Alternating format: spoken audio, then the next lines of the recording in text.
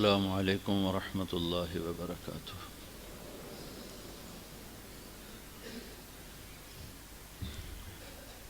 الحمد للہ الذی شرع الاسلام وسن سننا وحد حدودا واحل حلالا وحرم حراما وجعله سهلا سمحا واسعا ولم يجعله ضيقا۔ الحمد لله الذي ليس كمثله شيء وهو السميع البصير المتعالي عن الشريك والشبيه والبديل والنظير، لا ينفد خزائنه ولا تفنى عجائبه، عالم الغيب والشهادة الكبير المتعال۔ الحمد لله الذي لا نحصي ثناء عليه وهو كما أثنى على نفسه، وأشهد أن لا إله إلا الله وحده لا شريك له، وأشهد أن سيدنا ومولانا محمدا عبده ورسوله، أرسله بالحق بشيرا ونذيرا وداعيا إلى الله بإذنه وسراجا منيرا، صلى الله تعالى عليه وعلى آله وعلى أصحابه وبارك وسلم تسليما كثيرا كثيرا، أما بعد، فأعوذ بالله من الشيطان الرجيم، بسم الله الرحمن الرحيم، إن الدين عند الله الإسلام، وقال ومن يبتغ غير الإسلام دينا فلن يقبل منه وهو في الآخرة من الخاسرين، وقال تعالى ويطعمون الطعام على حبه مسكينا ويتيما وأسيرا، وقال تعالى إنه كان لا يؤمن بالله العظيم ولا يحض على طعام المسكين، وقال النبي صلى الله تبارك وتعالى عليه وسلم إنكم لتموتون كما تنامون وتبعثون كما تستيقظون وتحاسبون بما تعملون ثم إنها لجنة أبدا أو لنار أبدا أو كما قال۔ اب لوگ بیٹھ نہیں جاتے جو آپ کھڑے ہوئے میرے سامنے، اپنے کیمرے فٹ کر دو اور بیٹھ جاؤ، آپ بھی سنو۔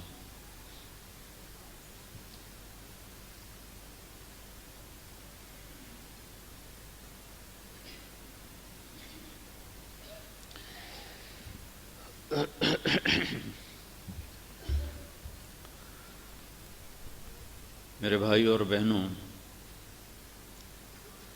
اللہ تعالیٰ کا انسان کے ساتھ ایک عجب معاملہ ہے، اس کو بالکل جاہل پیدا کرتا ہے۔ باقی ساری مخلوق انتہائی تعلیم یافتہ پیدا ہوتی،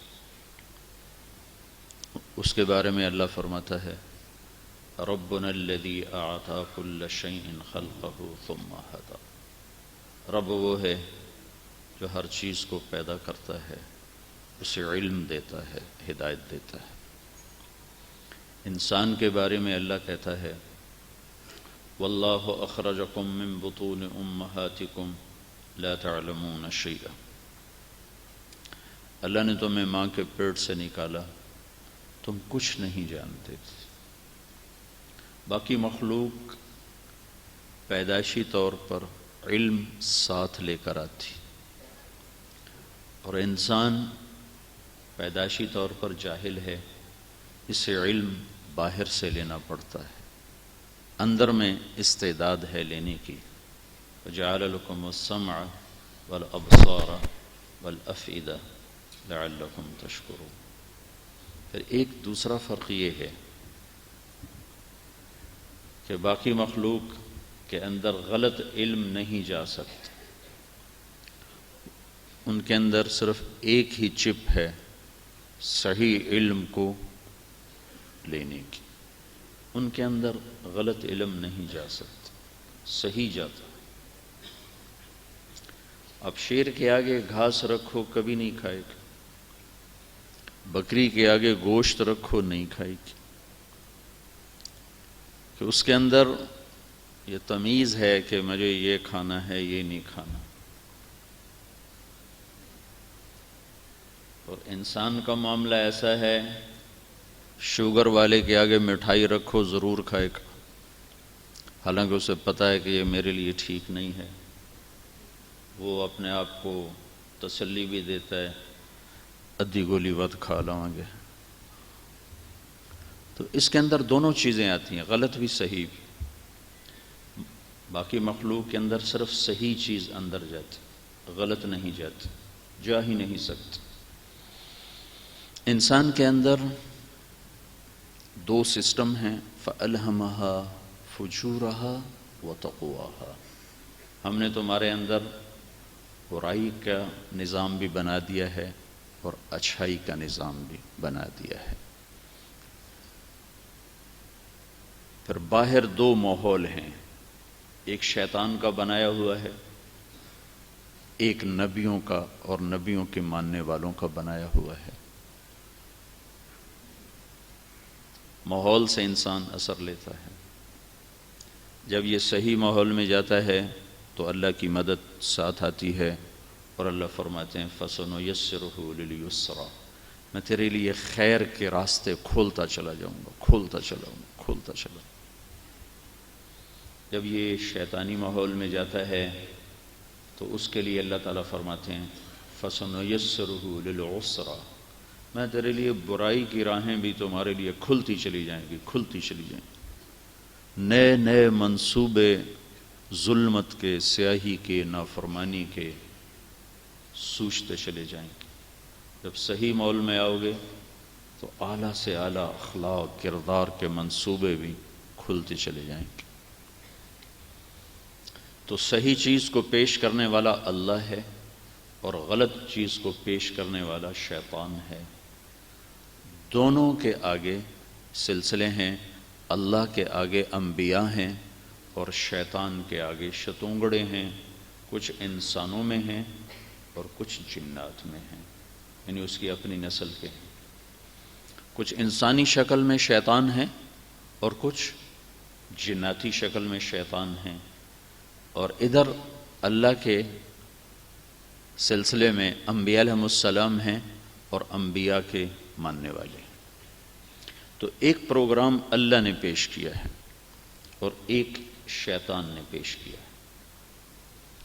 اللہ کا پروگرام ہے ان الدین عند اللہ الاسلام، جو میں نے پہلے آیت پڑھی کہ اے دنیا کے انسانوں، مرد عورتوں، زندگی گزارنے کا تمہارے رب کی بارگاہ میں ایک ہی راستہ ہے، اس کا نام ہے اسلام۔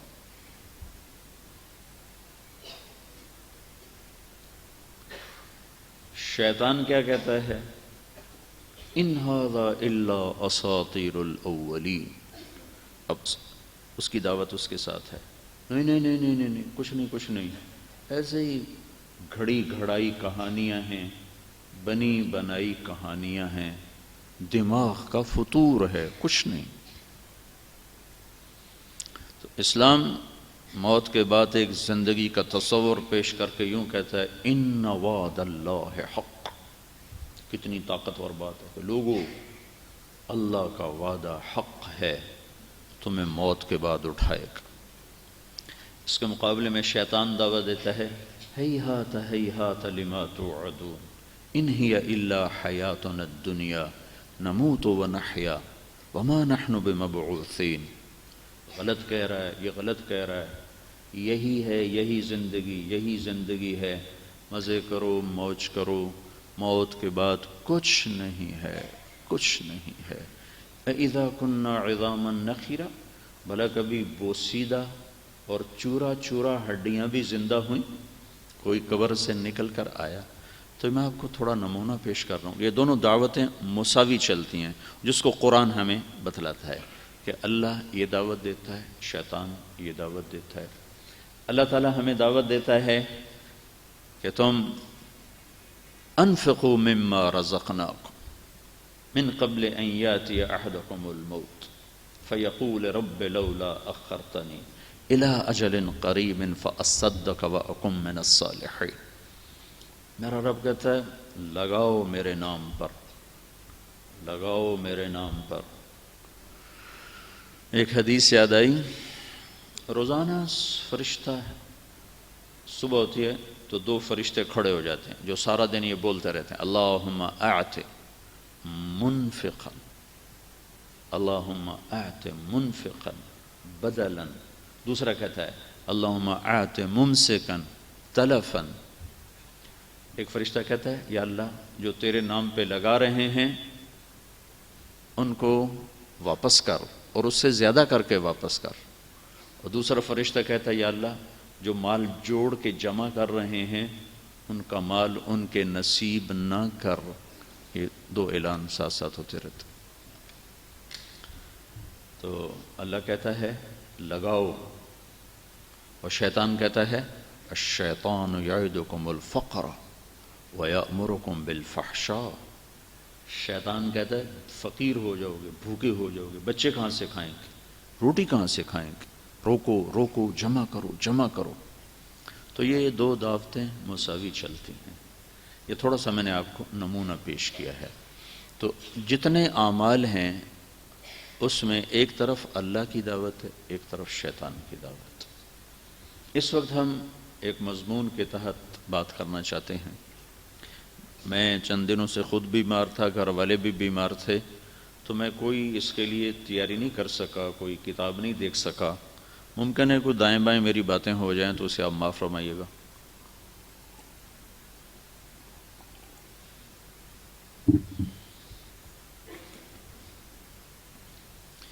اللہ تعالیٰ ہم سے کہتے ہیں زندگی گزارنے کا ایک طریقہ ہے جس کا نام ہے اسلام. اسلام کیا ہے؟ دو حدیثیں آپ کے سامنے پیش کرتا ہوں. ایک صحابی آئے، یا رسول اللہ مل اسلام، اسلام کیا ہے؟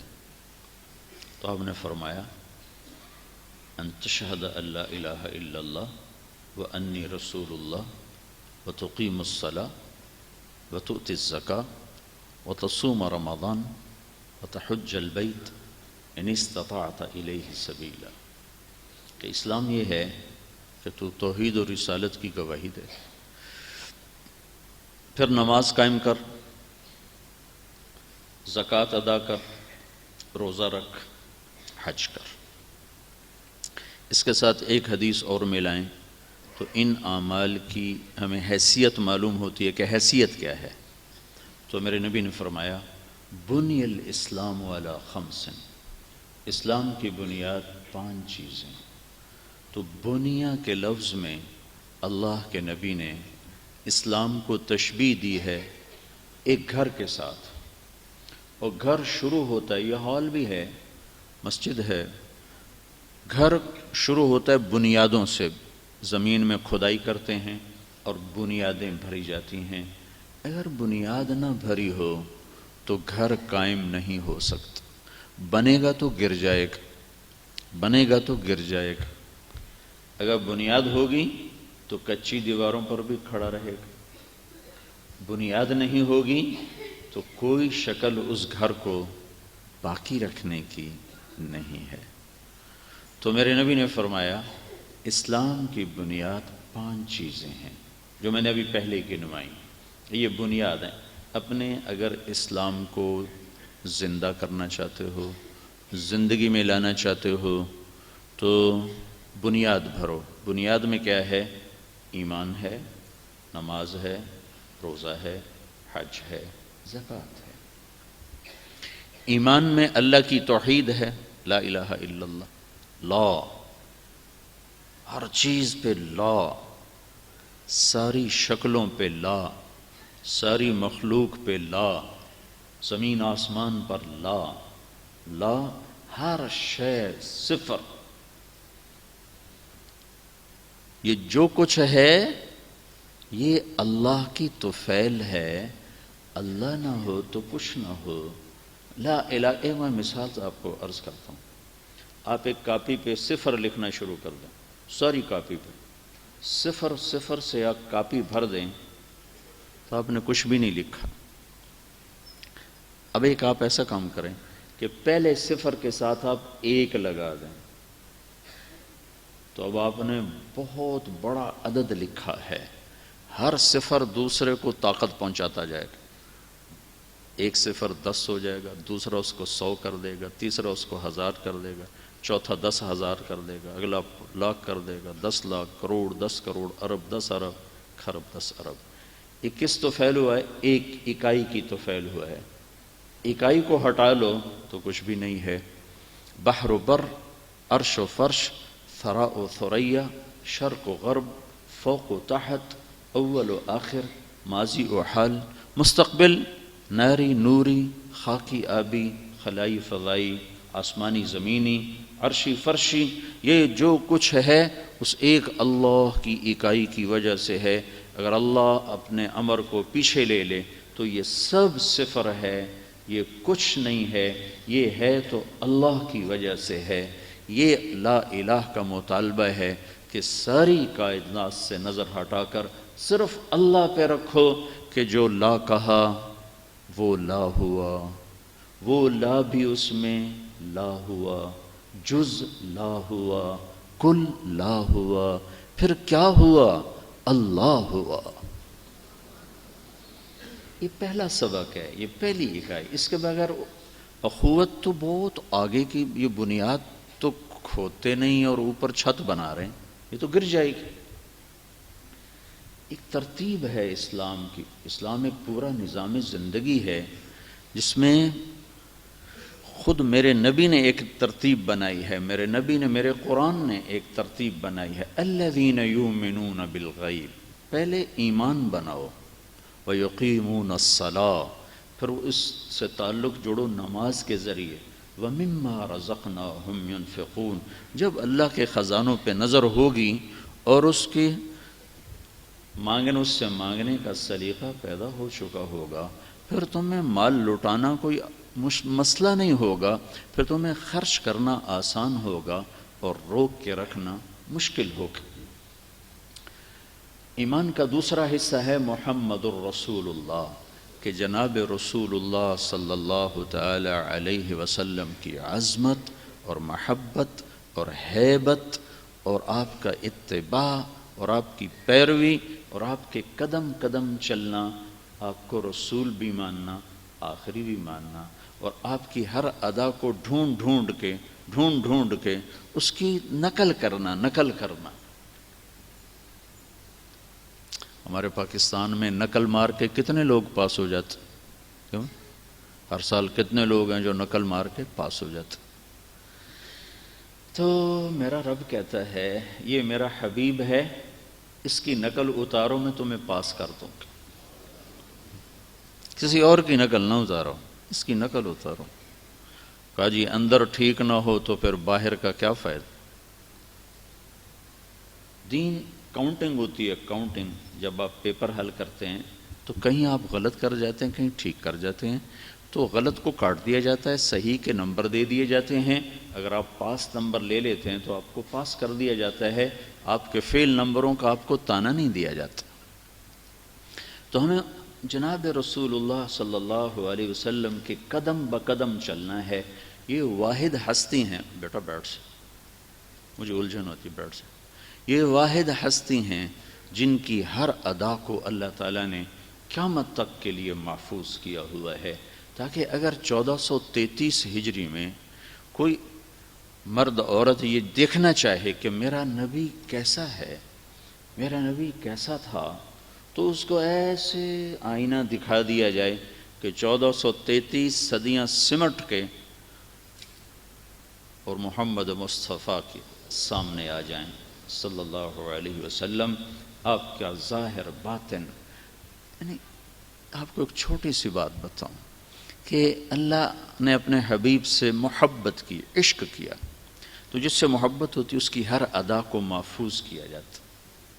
میرے نبی جب مجلس میں بیٹھتے تھے تو ایسے چوکڑی مار کے بیٹھتے تھے، چوکڑی مار کے۔ جب گفتگو کرتے تھے تو اب ایسے کرتے رہتے تھے۔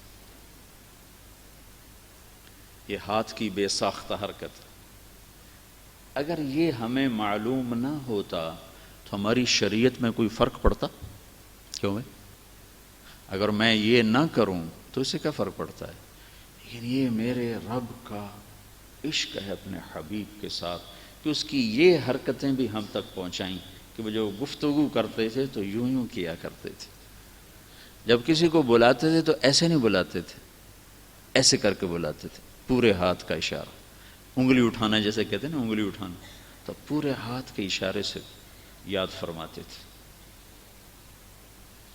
اور جب کوئی آپ کو اپنی طرف متوجہ کرتا تھا، یا رسول اللہ، ادھر ثاقب صاحب بیٹھے ہیں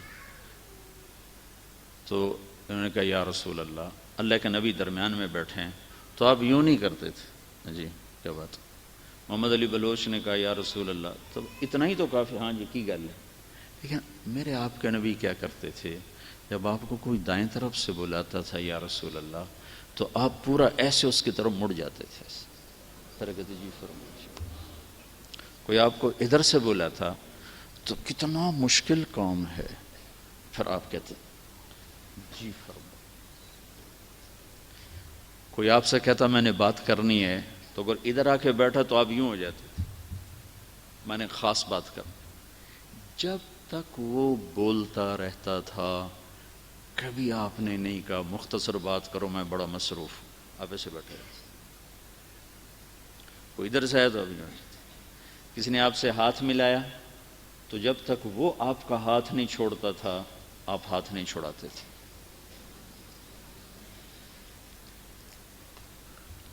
جب آپ غمگین ہوتے تھے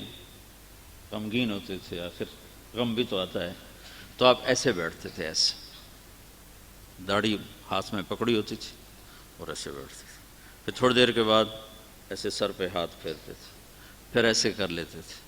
یہ آپ کے غم کی نشانی تھی۔ اور جب آپ غصے میں ہوتے تھے تو آپ غصے کا اظہار تو فرماتے نہیں تھے کہ پھٹ پڑیں ہماری طرح، غصہ پیتے تھے، لیکن اس کا اثر چہرے پر آتا تھا۔ وہ کیا ہوتا تھا، یہاں آپ کے بال نہیں تھے، یہ بھموں کے درمیان یہاں ایک رگ تھی، وہ ایسے ایسے ایسے ایسے پھڑکنے لگتی تھی، تو اس سے صحابہ پہچانتے تھے کہ آپ ناراض بیٹھے ہوئے۔ جب کسی سے ناراض ہو جاتے تھے تو اس کا اظہار بھی بہت خوبصورت، نہ کبھی کسی کو بے عزت کیا، نہ کبھی ممبر سے کسی کا نام لے کر اس کا عیب اچھالا۔ زندگی بھر کسی کا ممبر سے نام لے کرنے کا، یہ کرتا ہے وہ یہ کرتا ہے۔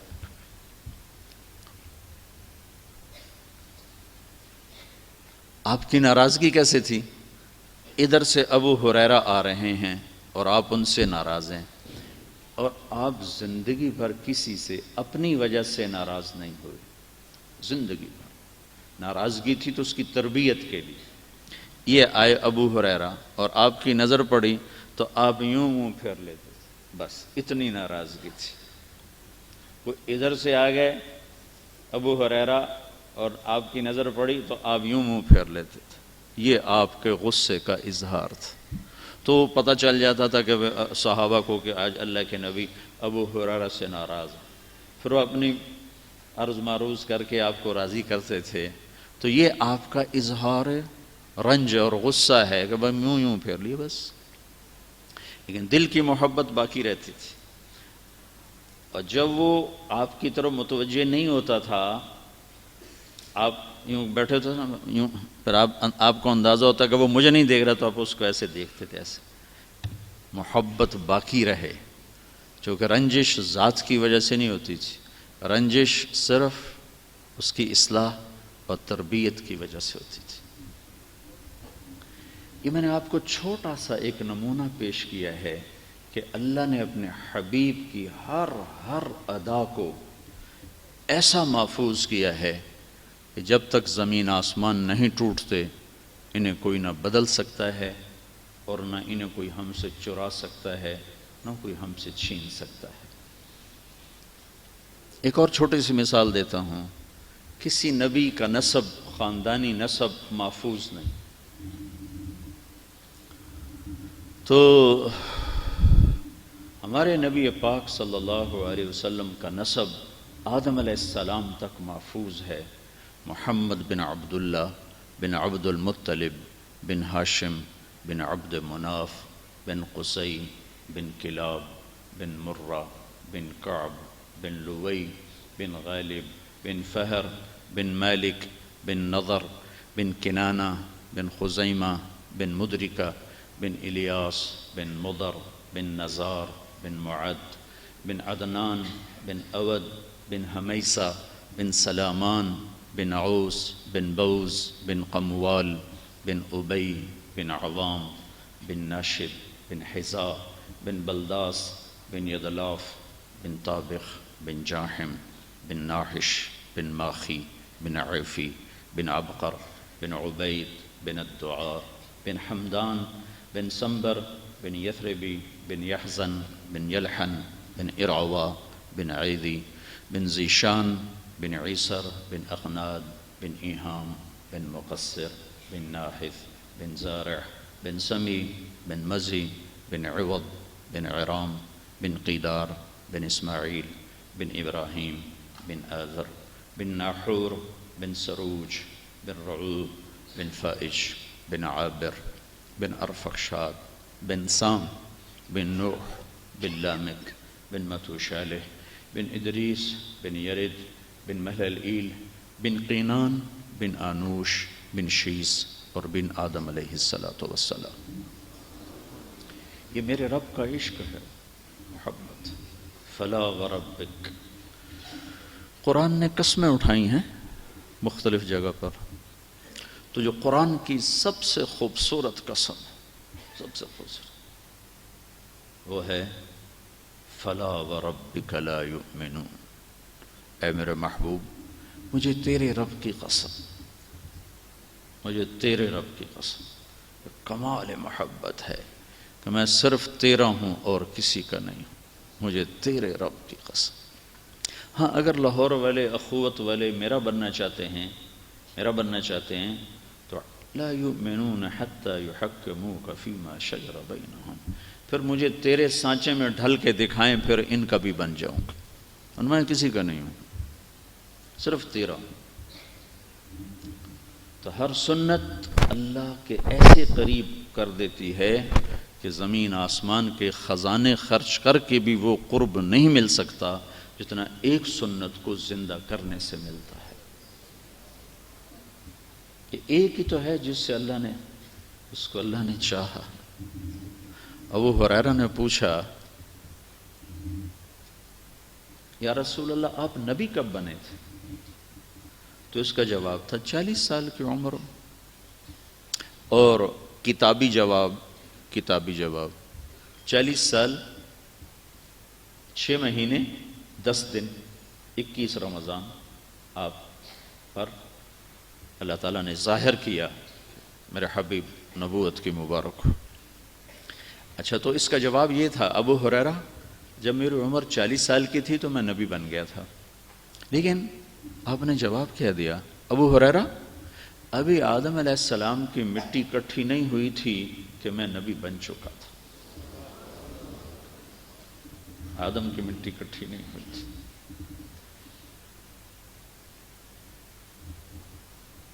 جب آپ معراج پہ گئے تو آپ نے اللہ سے عرض کی، یا اللہ، تو نے ابراہیم کو خلیل بنایا،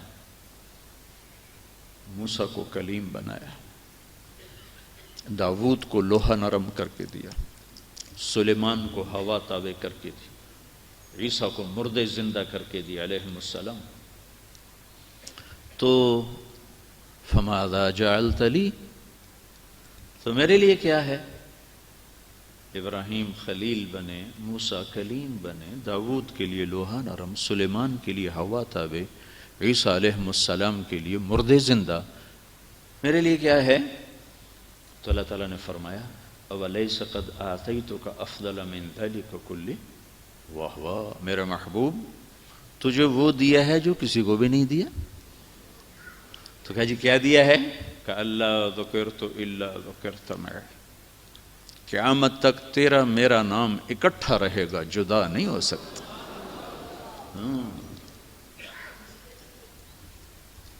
تو اور میں اکٹھے چلیں گے۔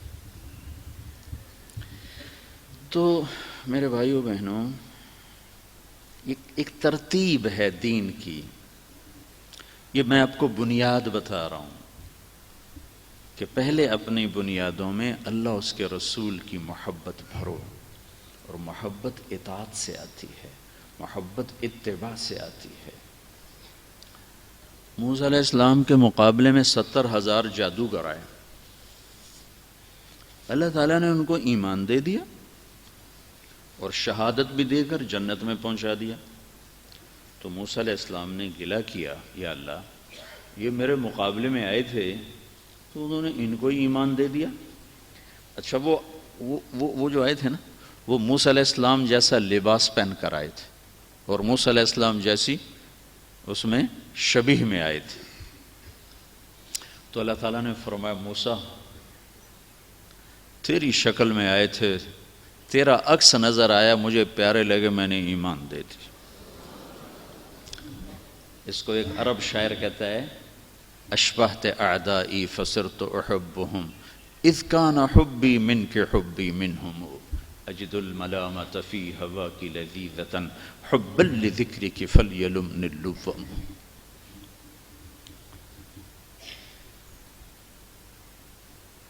تو میرے دشمن کے روپ میں آئی تو مجھے دشمنوں سے بھی پیار ہو گیا۔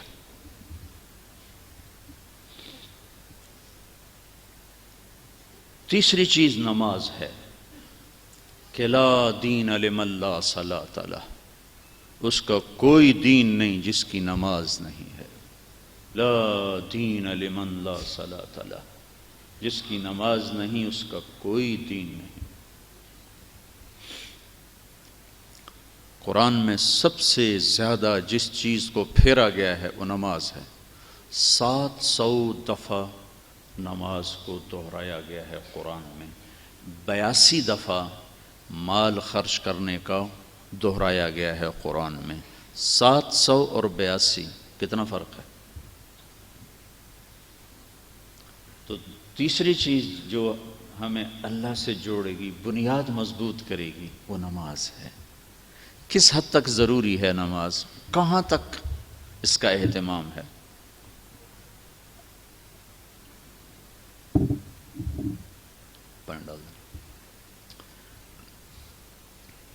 کربلا تاریخ کا عجب واقعہ ہے۔ ایسی مظلومانہ داستان نہ پہلے لکھی گئی نہ آئندہ لکھی جائے گی۔ اور نماز کا وقت ہو گیا، سورج ڈھل گیا، 15-20 ساتھی شہید ہو چکے ہیں۔ تو حسین کی نظر پڑی، سورج ڈھل گیا ہے، تو آپ نے زہیر بن القین آپ کے لشکر کے جھنڈا بردار تھے،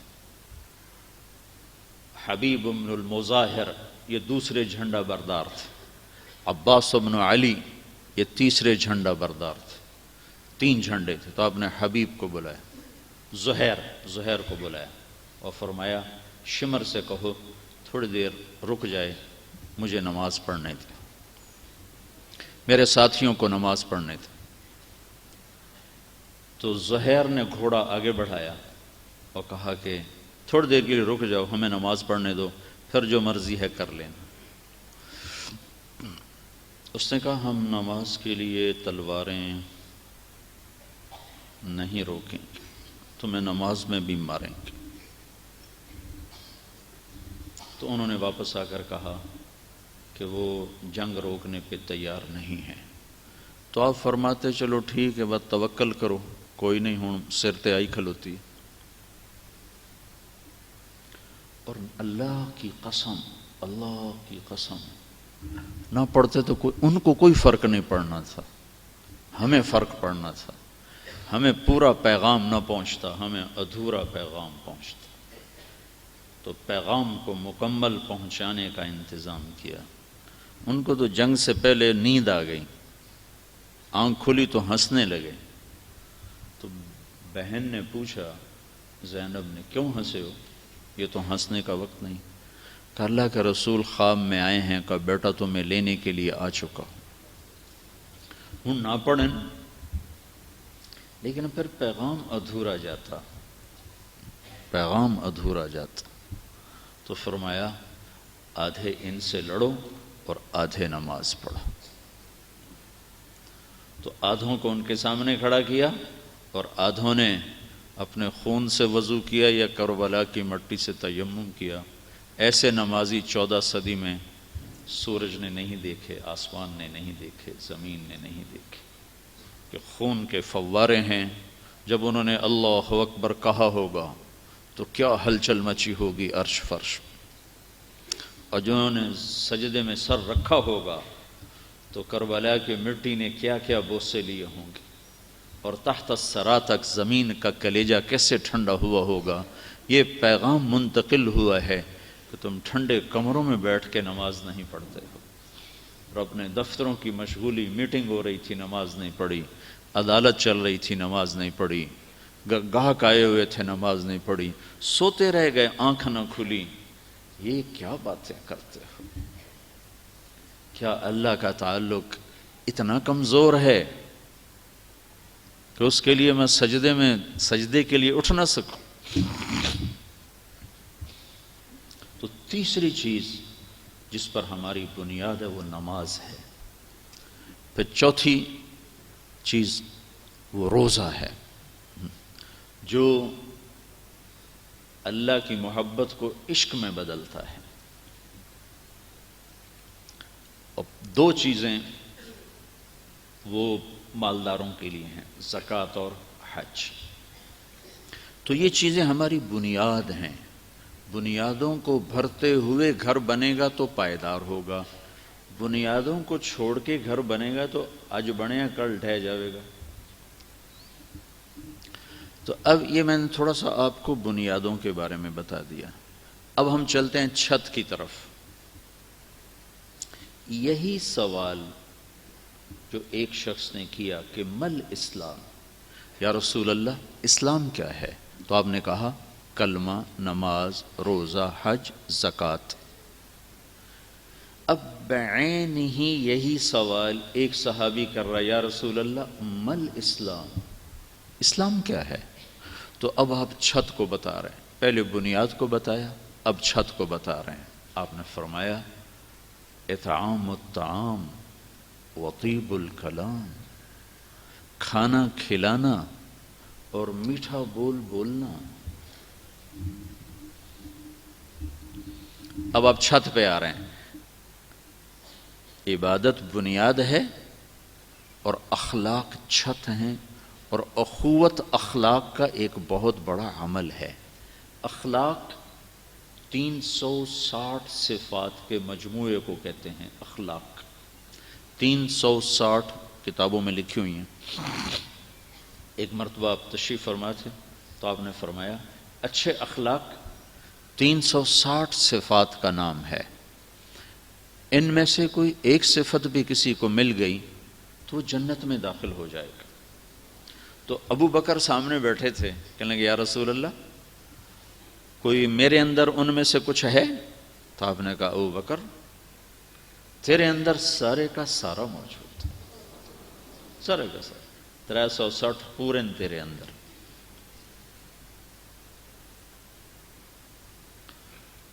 تو آپ نے فرمایا بنی الاسلام والا خمسن، اسلام کی بنیاد 5 چیزیں. یہ ہوگی بنیاد. اب چھت. آپ نے فرمایا انما بعثت لاتمم مکارم الاخلاق، میں تمہارے اخلاق کو مکمل کرنے کے لیے بھیجا گیا ہوں. تو اخلاق چھت بنیں گے، اخوت چھت بنے گی، اور عبادت بنیاد بنے گی. بنیاد نہ ہو تو چھت نہیں بن سکتی، چھت نہ ہو تو بنیادیں بیکار ہیں، کسی کام نہیں آ سکتی. اور دکھ درد کے ساتھ کہتا ہوں پوری دنیا میں جو کچھ اسلام باقی ہے وہ صرف بنیاد والا ہے، اخلاق والا، اخوت والا نہیں ہے. تو اب میں وہ بات عرض کرنے لگا ہوں. اخلاق چھت ہیں، چھت چھت چھت کے بغیر نہ مالک مکان وہاں بیٹھتا ہے، نہ کسی مہمان کو دعوت دیتا ہے. جب سے ہمارے اخلاق بگڑے ہیں، نہ خود ہم اسلام پہ باقی رہ سکے، نہ غیر قوموں کو اسلام میں آنے کی دعوت دے سکے۔ کیسے دعوت دیتے؟ 1982 میں میرا پہلا سفر ہوا تھا جماعت کے ساتھ، تبلیغ کی جماعت، انگلینڈ کا۔ تو بلیک برن میں ایک گورے کو ہمارے ایک ساتھی نے دعوت دی تھی، تو وہ کہنے لگا مجھے اسلام سے محبت ہے، مسلمانوں سے نفرت ہے۔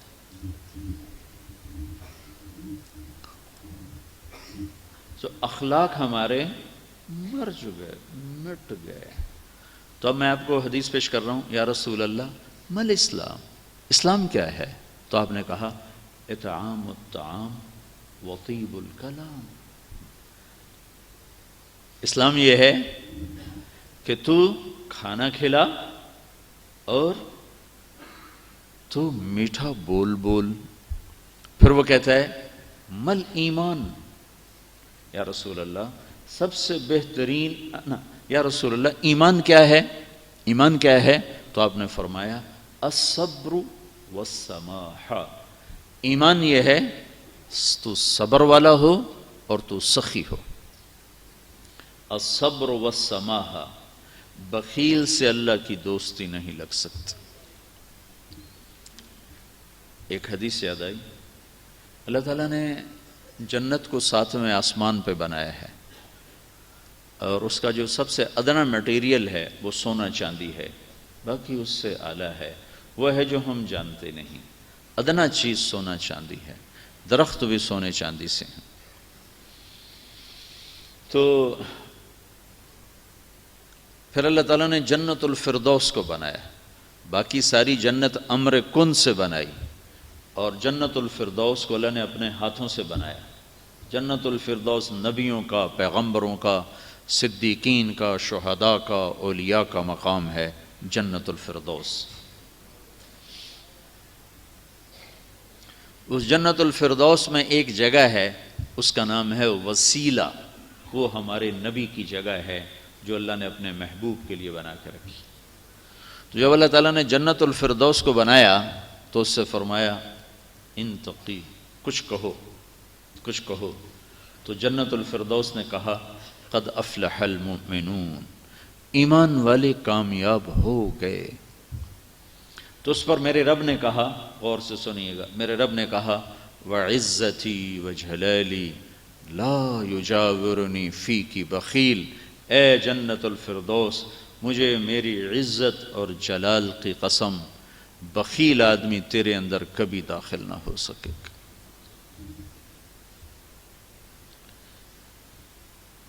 ایک اور حدیث میں آتا ہے سخی چاہے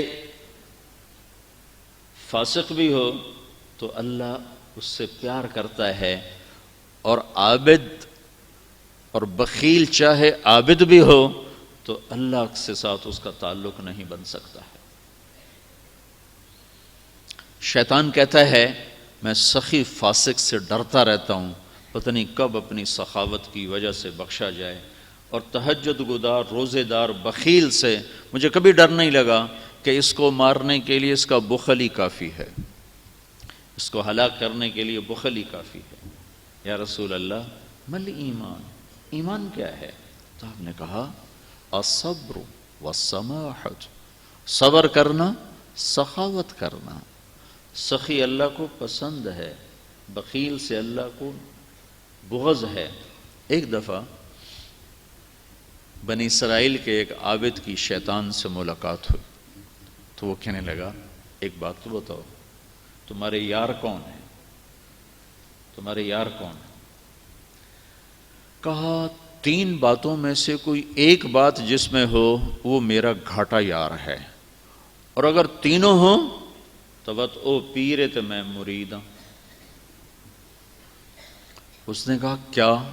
کہا ایک وہ شراب پیتا ہو، مجھے بڑا پیارا لگتا، ایک وہ غصے والا ہو تو مجھے بڑا پیارا لگتا ہے، ایک وہ بخیل ہو تو مجھے بڑا پیارا لگتا ہے، اور اگر تینوں باتیں اس میں ہوں تو بات میں مرید تے وہ پیر۔ پھر ایک شخص نے پوچھا یا رسول اللہ ای الاسلام افضل، سب سے بہترین اسلام کیا ہے؟ تو آپ نے فرمایا تطعم الطعام وتسلم على من عرفت ومن لم تعرف۔ اسلام سب سے بہترین اسلام یہ ہے کہ تو لوگوں کو کھانا کھلا اور جسے جانتا ہے اسے بھی سلام کر اور جسے نہیں جانتا اسے بھی سلام کر۔ ہم صرف جاننے والوں کو سلام کرتے ہیں، انجانوں کو سلام نہیں کرتے۔ تو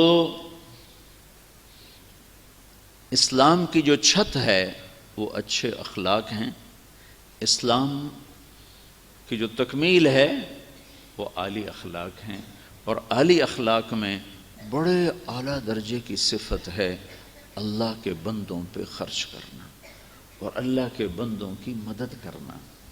قرآن بہت خوبصورت کلام ہے، اور قرآن نے بڑے مشکل کام ہمیں کہے ہیں، یہ کرو یہ نہ کرو، یہ کرو یہ نہ کرو۔ ایک عمل کے لیے اللہ نے جو تعبیر پیش کی ہے وہ نہ جہاد کے لیے ہے اور نہ راتوں کے قیام کے لیے ہے، نہ حج عمرے اور تہجد کے لیے ہے، نہ روزے گرمیوں کے پیاس برداشت کرنے کے لیے ہے۔ وہ بڑی عجب تعبیر ہے، فَلَقْتَحَمَ الْعَقَبَةَ وَمَا أَدْرَاكَ مَا الْعَقَبَةُ۔ پہلے زمانے میں سفر ہوتے تھے تو سامنے کھائی آ گئی، لمبی سڑکیں نہیں، پل نہیں، تو پھر کیا ہوتا تھا، گھوڑ سوار ذرا پیچھے چلے جاتے تھے، پھر وہاں سے گھوڑے کو اٹھاتے تھے، دوڑاتے تھے۔ وہ بہت خطرے کا معاملہ ہوتا تھا کہ گھوڑا کھائی میں گر سکتا ہے۔ پھر جب وہ قریب آتے تھے تو اس کو ایڑ لگا کے اس کو اٹھاتے تھے، تو گھوڑا چھلانگ لگاتا تھا اور کھائی کے پار چلا جاتا تھا۔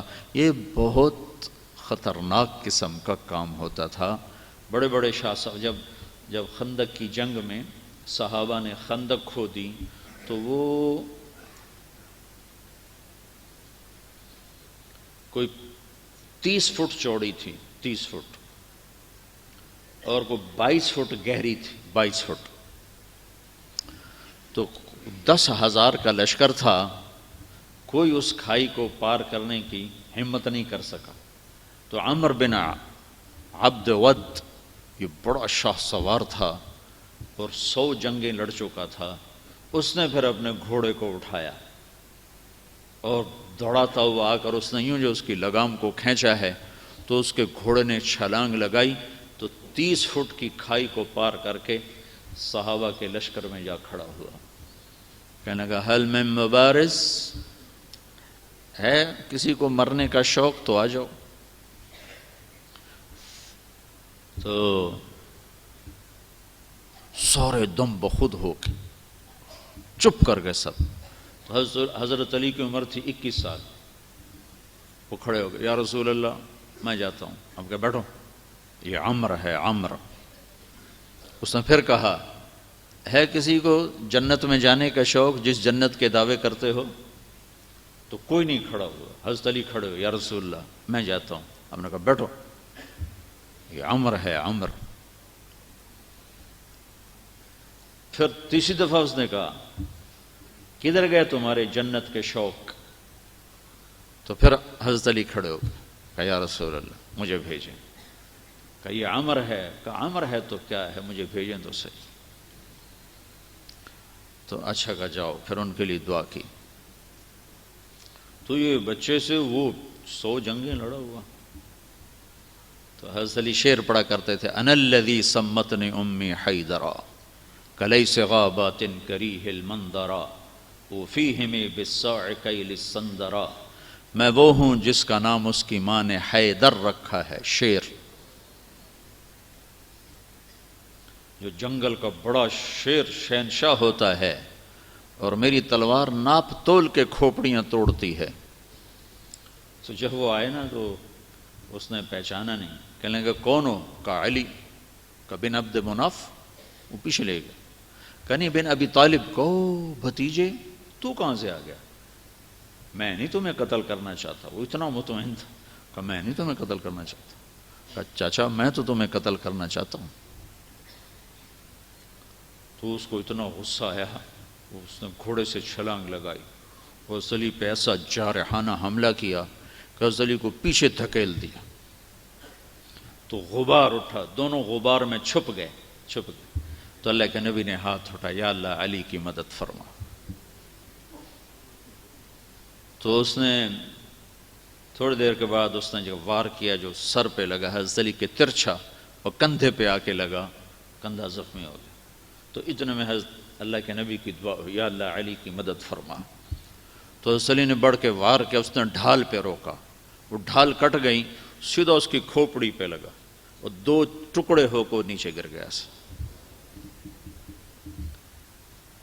تو آپ کو اقتحام کے ساتھ یہ واقعہ سنا ہے۔ اقتحام، گھاٹی کو پار کرنا کوئی آسان کام ہے؟ پھر اللہ کہتا ہے وَمَا أَدْرَاكَ مَا الْعَقَبَةُ، وہ کون سی گھاٹی ہے جو میں تمہیں چھلانگ لگوانا چاہتا ہوں؟ یہ تعبیر قرآن میں صرف ایک جگہ آئی ہے اور اس عمل کے لیے آئی ہے جو میں بتانے لگا ہوں۔ فَلَقْتَحَمَ الْعَقَبَةَ، یہ لاہور والوں کو شوق کیوں نہیں ہے گھاٹی کو پار کرنے کا؟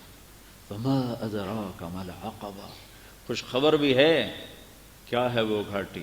فَكُّ رَقَبَةٍ، یہ کام یہ کر رہے ہیں، فَكُّ رَقَبَةٍ، جن کی گردنیں پھنسی ہوئی ہیں ان کی گردنوں کو آزاد کرانا۔ کوئی قرضے میں پھنسا ہوا ہے، کوئی سود میں پھنسا ہوا ہے، کوئی بیماری میں پھنسا ہوا ہے، کوئی فقر میں پھنسا ہوا ہے، کوئی غلامی میں پھنسا ہوا ہے، فَكُّ رَقَبَةٍ، گردنوں کو آزاد کرانا۔ او اطعام فی یوم ذی مسغبہ یتیما ذا مقربہ او مسکینا ذا متربہ۔ کیا خوبصورت تعبیر ہے، گردنیں آزاد کروانا، غریبوں پہ خرچ کرنا۔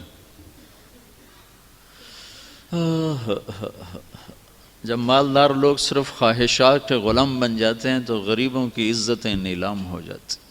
جب زکوٰۃ بند ہوتی ہے اور اللہ کے نام پہ خرچ بند ہوتا ہے تو غریبوں کی عزتیں نیلام ہو جاتی۔ فک رقبہ، گردن چھڑانا، قرضے سے، بیماری سے، بھوک سے، افلاس سے، غلامی سے، اور غریبوں کو کھانا کھلانا، یتیم کو کھانا کھلانا، مسکین ذا متربہ، جس کے پاس کھانے کو کچھ نہیں اس کے گھر خود جا کے اس کو کھانا کھلانا۔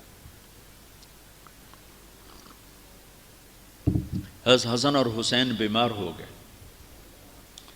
تو اللہ کے نبی خبر لینے آئے تو دونوں بچے بیمار تھے، تو آپ نے کہا حضرت فاطمہ سے روزے کی منت مان لو کہ اللہ تعالیٰ بچوں کو شفا دے تو ہم روزے رکھیں گے۔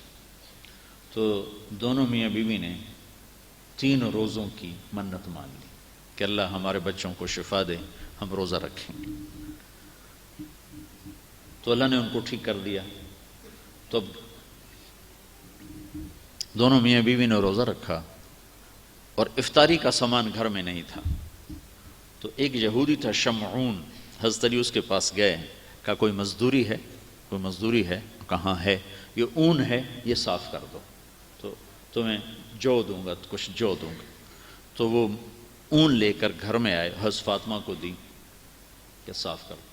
انہوں نے اس کو دوپہر تک صاف کیا، وہ واپس لے گئے، تو اس نے تھوڑے سے جو دے دے، تو انہوں نے پیس کے آٹا بنایا، کھانا بنایا، روٹی بنائی، سالن تو تھا نہیں۔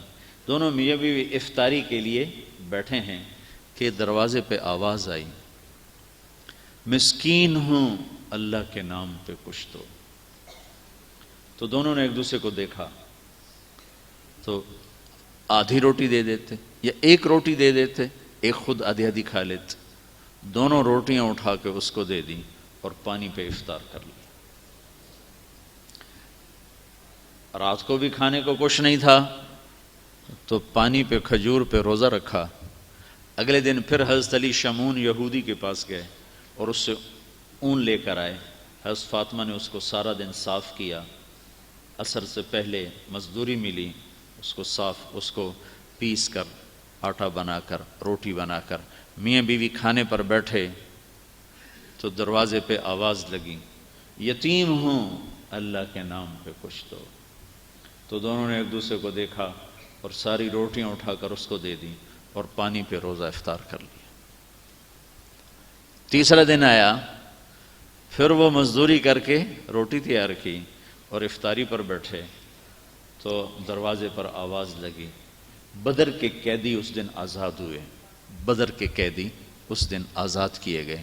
تو ایک قیدی دروازے پر آ گیا، قیدی ہوں، ابھی چھوٹا ہوں، اللہ کے نام پہ کچھ دو۔ تو دونوں میاں بیوی نے دونوں روٹیاں اٹھا کر اس کو دی تھی۔ 3 دن کے فاقے نے حضرت فاطمہ کو بستر پر گرا دیا اور بیمار ہو گئی۔ تو اللہ کے نبی حال پوچھنے آئے تو ان کے سینے پہ سر رکھ کے رونے لگی بیماری کی شدت سے۔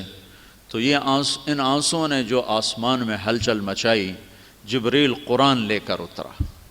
وَيُطْعِمُونَ الطَّعَامَ عَلَى حُبِّهِ مِسْكِينًا وَيَتِيمًا وَأَسِيرًا إِنَّمَا نُطْعِمُكُمْ لِوَجْهِ۔ پوری آپ کو سنو پیچھے سے، اللہ نے کیا عزت بخشی۔ پیٹ بھرنا تو جانور کا بھی کام ہے، پیٹ ہی بھرنا رہ جائے تو جانور انسان میں کیا فرق۔ ان الابرار یشربون من کاس کان مزاجها کافورا عینا یشرب بها عباد اللہ یفجرونها تفجیرا۔ یہ میرے بندے ایک دن آنے والا ہے، وہ پئیں گے جس کا انہیں تصور بھی نہیں، کافوری شراب پئیں گے۔ پھر اب ان کی یوفون بالنذر، اپنی نظر کو پورا کرتے، وہ منت کا لفظ، اپنی نظر منت کو پورا کرتے ہیں۔ یوفون بالنذر ویخافون یوما کان شرہ مستطیرا، اور آخرت کے دن سے ڈرتے ہیں۔ اب ان کی یہ صفت ہے، وَيُطْعِمُونَ الطَّعَامَ عَلَى حُبِّهِ مِسْكِينًا وَيَتِيمًا وَأَسِيرًا۔ یہ خود بھوکے ہوتے ہیں، عَلَى حُبِّهِ، خود بھوکے ہوتے ہیں اور کھلاتے ہیں مسکینوں کو، یتیموں کو اور قیدیوں کو۔ اور پھر ان کی اخلاص کی اللہ نے گواہی دی، انما نطعمکم لوجہ اللہ لا نرید منکم جزاء ولا شکورا۔ اللہ ان کے اخلاص کا گواہ بن رہا ہے کہ یہ کہہ رہے ہیں کہ ہم صرف اللہ کو راضی کرنے کے لیے کھلا رہے ہیں، ہم کوئی آہ واہ نہیں چاہتے۔ انا نخاف من ربنا یوما عبوسا قمطریرا، ہمیں اس دن سے ڈر لگتا ہے جس دن، جو دن بڑا خوفناک ہیبتناک ہے۔ پھر اللہ نے آگے بشارت دی، فوقاہم اللہ شر ذلک اليوم ولقاہم نضرۃ وسرورا وجزاہم بما صبروا جنۃ وحریرا متکئین فیہا علی الارائک لا یرون فیہا شمسا ولا زمہریرا ودانیۃ علیہم ظلالها وذللت قطوفها تذلیلا۔ آگے تک یہ قرآن اترا کہ اللہ تعالیٰ کہ جبریل آگے پیغام لے کر کہ علی و فاطمہ کا یہ عمل ایسا پسند آیا ہے کہ عرشوں پر بھی دھوم مچ گئی ہے۔ اور یہ سورہ دہر کی آیات کو اتارا گیا کہ میرا رب ان کے اس عمل پر ایسا خوش ہوا ہے کہ خود کھانا خود جمع کرنا کون سی بڑی بات ہے۔ ایک مہمان آیا اللہ کے نبی کا کہ یا رسول اللہ بھوکا ہوں۔ آپ نے فرمایا بھائی اس کی مہمانی کون کرے گا؟ ابو طلحہ کہنے لگے میں کروں گا۔ تو ان کو لے کر گھر آئے، اپنی بیوی سے پوچھا کھانے کو کچھ ہے؟ کہنے لگی بچوں کے لیے کچھ رکھا ہے، تیرے میرے لیے بھی کچھ نہیں ہے۔ کہا اچھا بچوں کو سلا دو بہلا پھسلا کر اور کھانا رکھو، اور جب مہمان اور ہم بیٹھ جائیں تو چراغ بجھا دینا اور ہم منہ ہلاتے رہیں گے اور ہمارا مہمان پیٹ بھر کے کھا لے گا۔ تو بچوں کو سلا دیا، بھوکے سلا دیا، اور خود دسترخوان پر بیٹھے تو ان کی بیوی چراغ ٹھیک کرنے کے بہانے جا کر چراغ کو بجھا دیا اور دسترخوان پر بیٹھ کر ایسے منہ ہلاتے رہے اور مہمان کھاتا رہا، اس کا پیٹ بھر گیا۔ جب یہ صبح مسجد میں پہنچے نماز میں تو قرآن پہلے اتر چکا تھا اور میرا رب فرما رہا تھا وَيُؤْثِرُونَ عَلَىٰ أَنفُسِهِمْ وَلَوْ كَانَ بِهِمْ خَصَاصَةٌ۔ میرے کچھ بندے ایسے ہیں جو خود بھوکے رہ کر اوروں کو کھانا کھلاتے ہیں، حالانکہ وہ خود محتاج ہوتے ہیں، خود وہ ضرورت مند ہوتے ہیں۔ تو میرے رب نے دین کا مزاج سخاوت بنایا ہے۔ سخاوت کہاں تک انسان کو نفع دیتی ہے۔ سامری کا نام تو آپ سب مرد عورتوں نے سنا ہوگا، جس نے وہ بچھڑا بنایا اور اس کی پوجا پہ بنو اسرائیل کو لگا دیا۔ جب موسیٰ علیہ السلام کو طور سے واپس آئے تو 70,000 آدمی بچھڑے کے سامنے سجدے میں پڑے تھے۔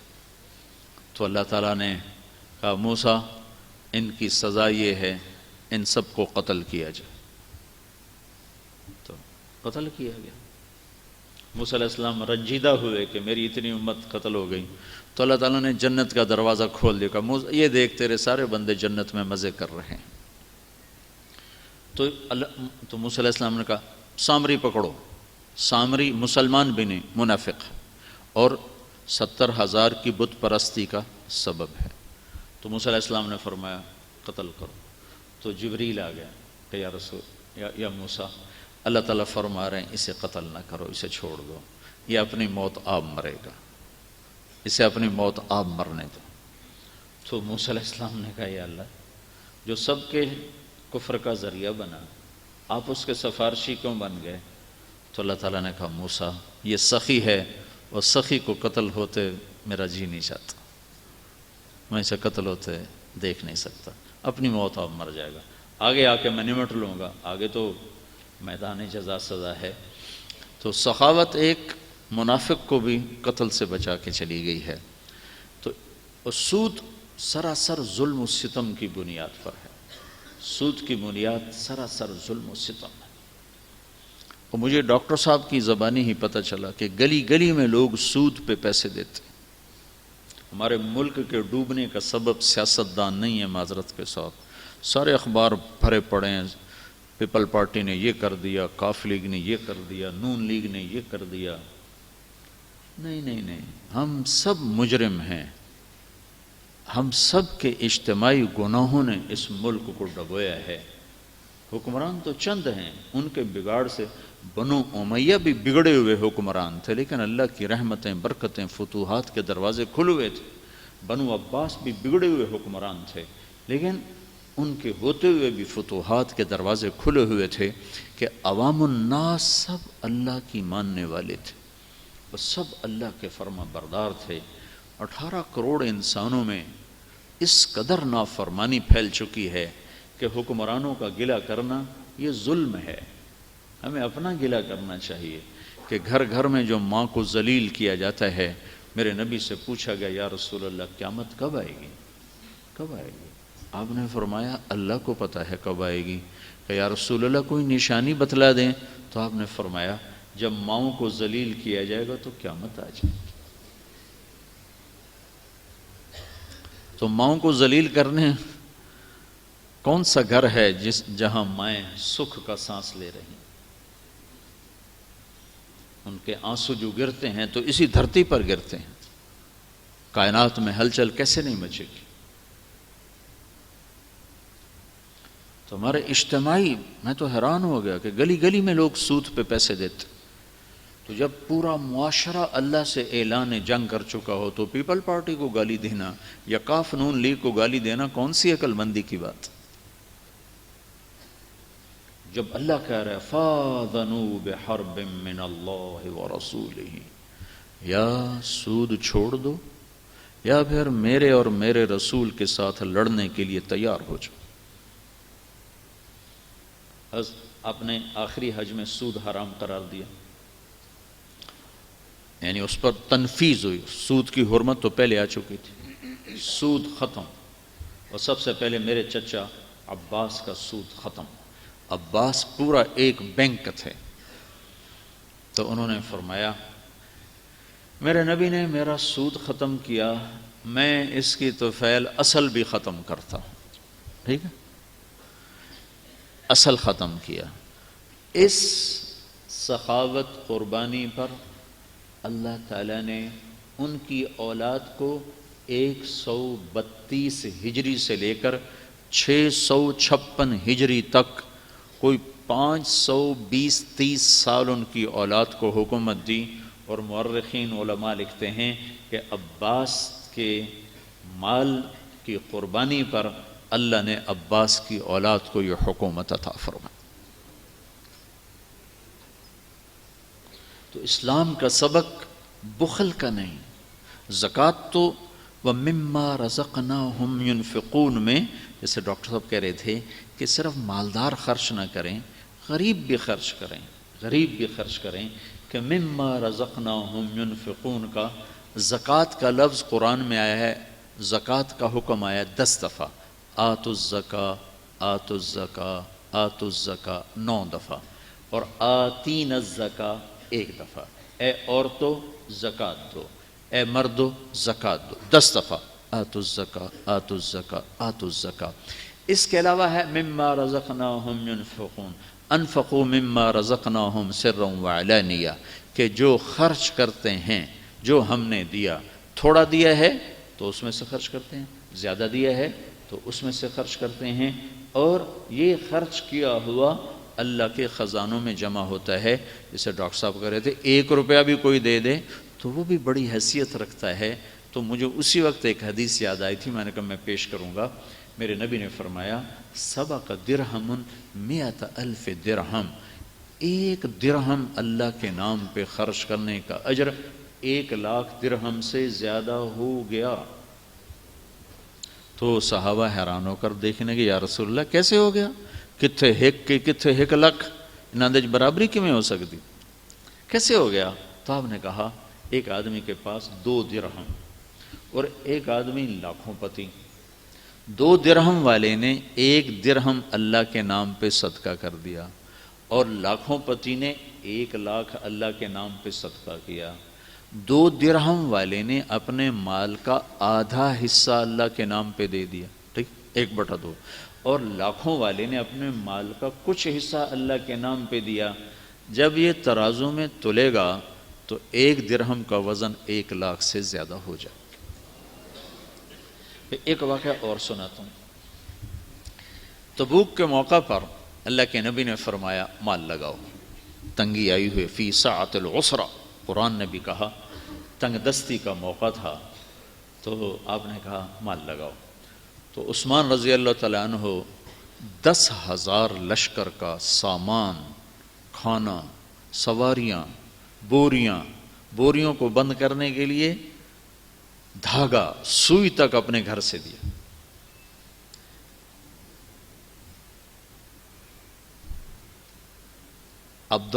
سعد بن عبادہ رضی اللہ تعالیٰ عنہ نے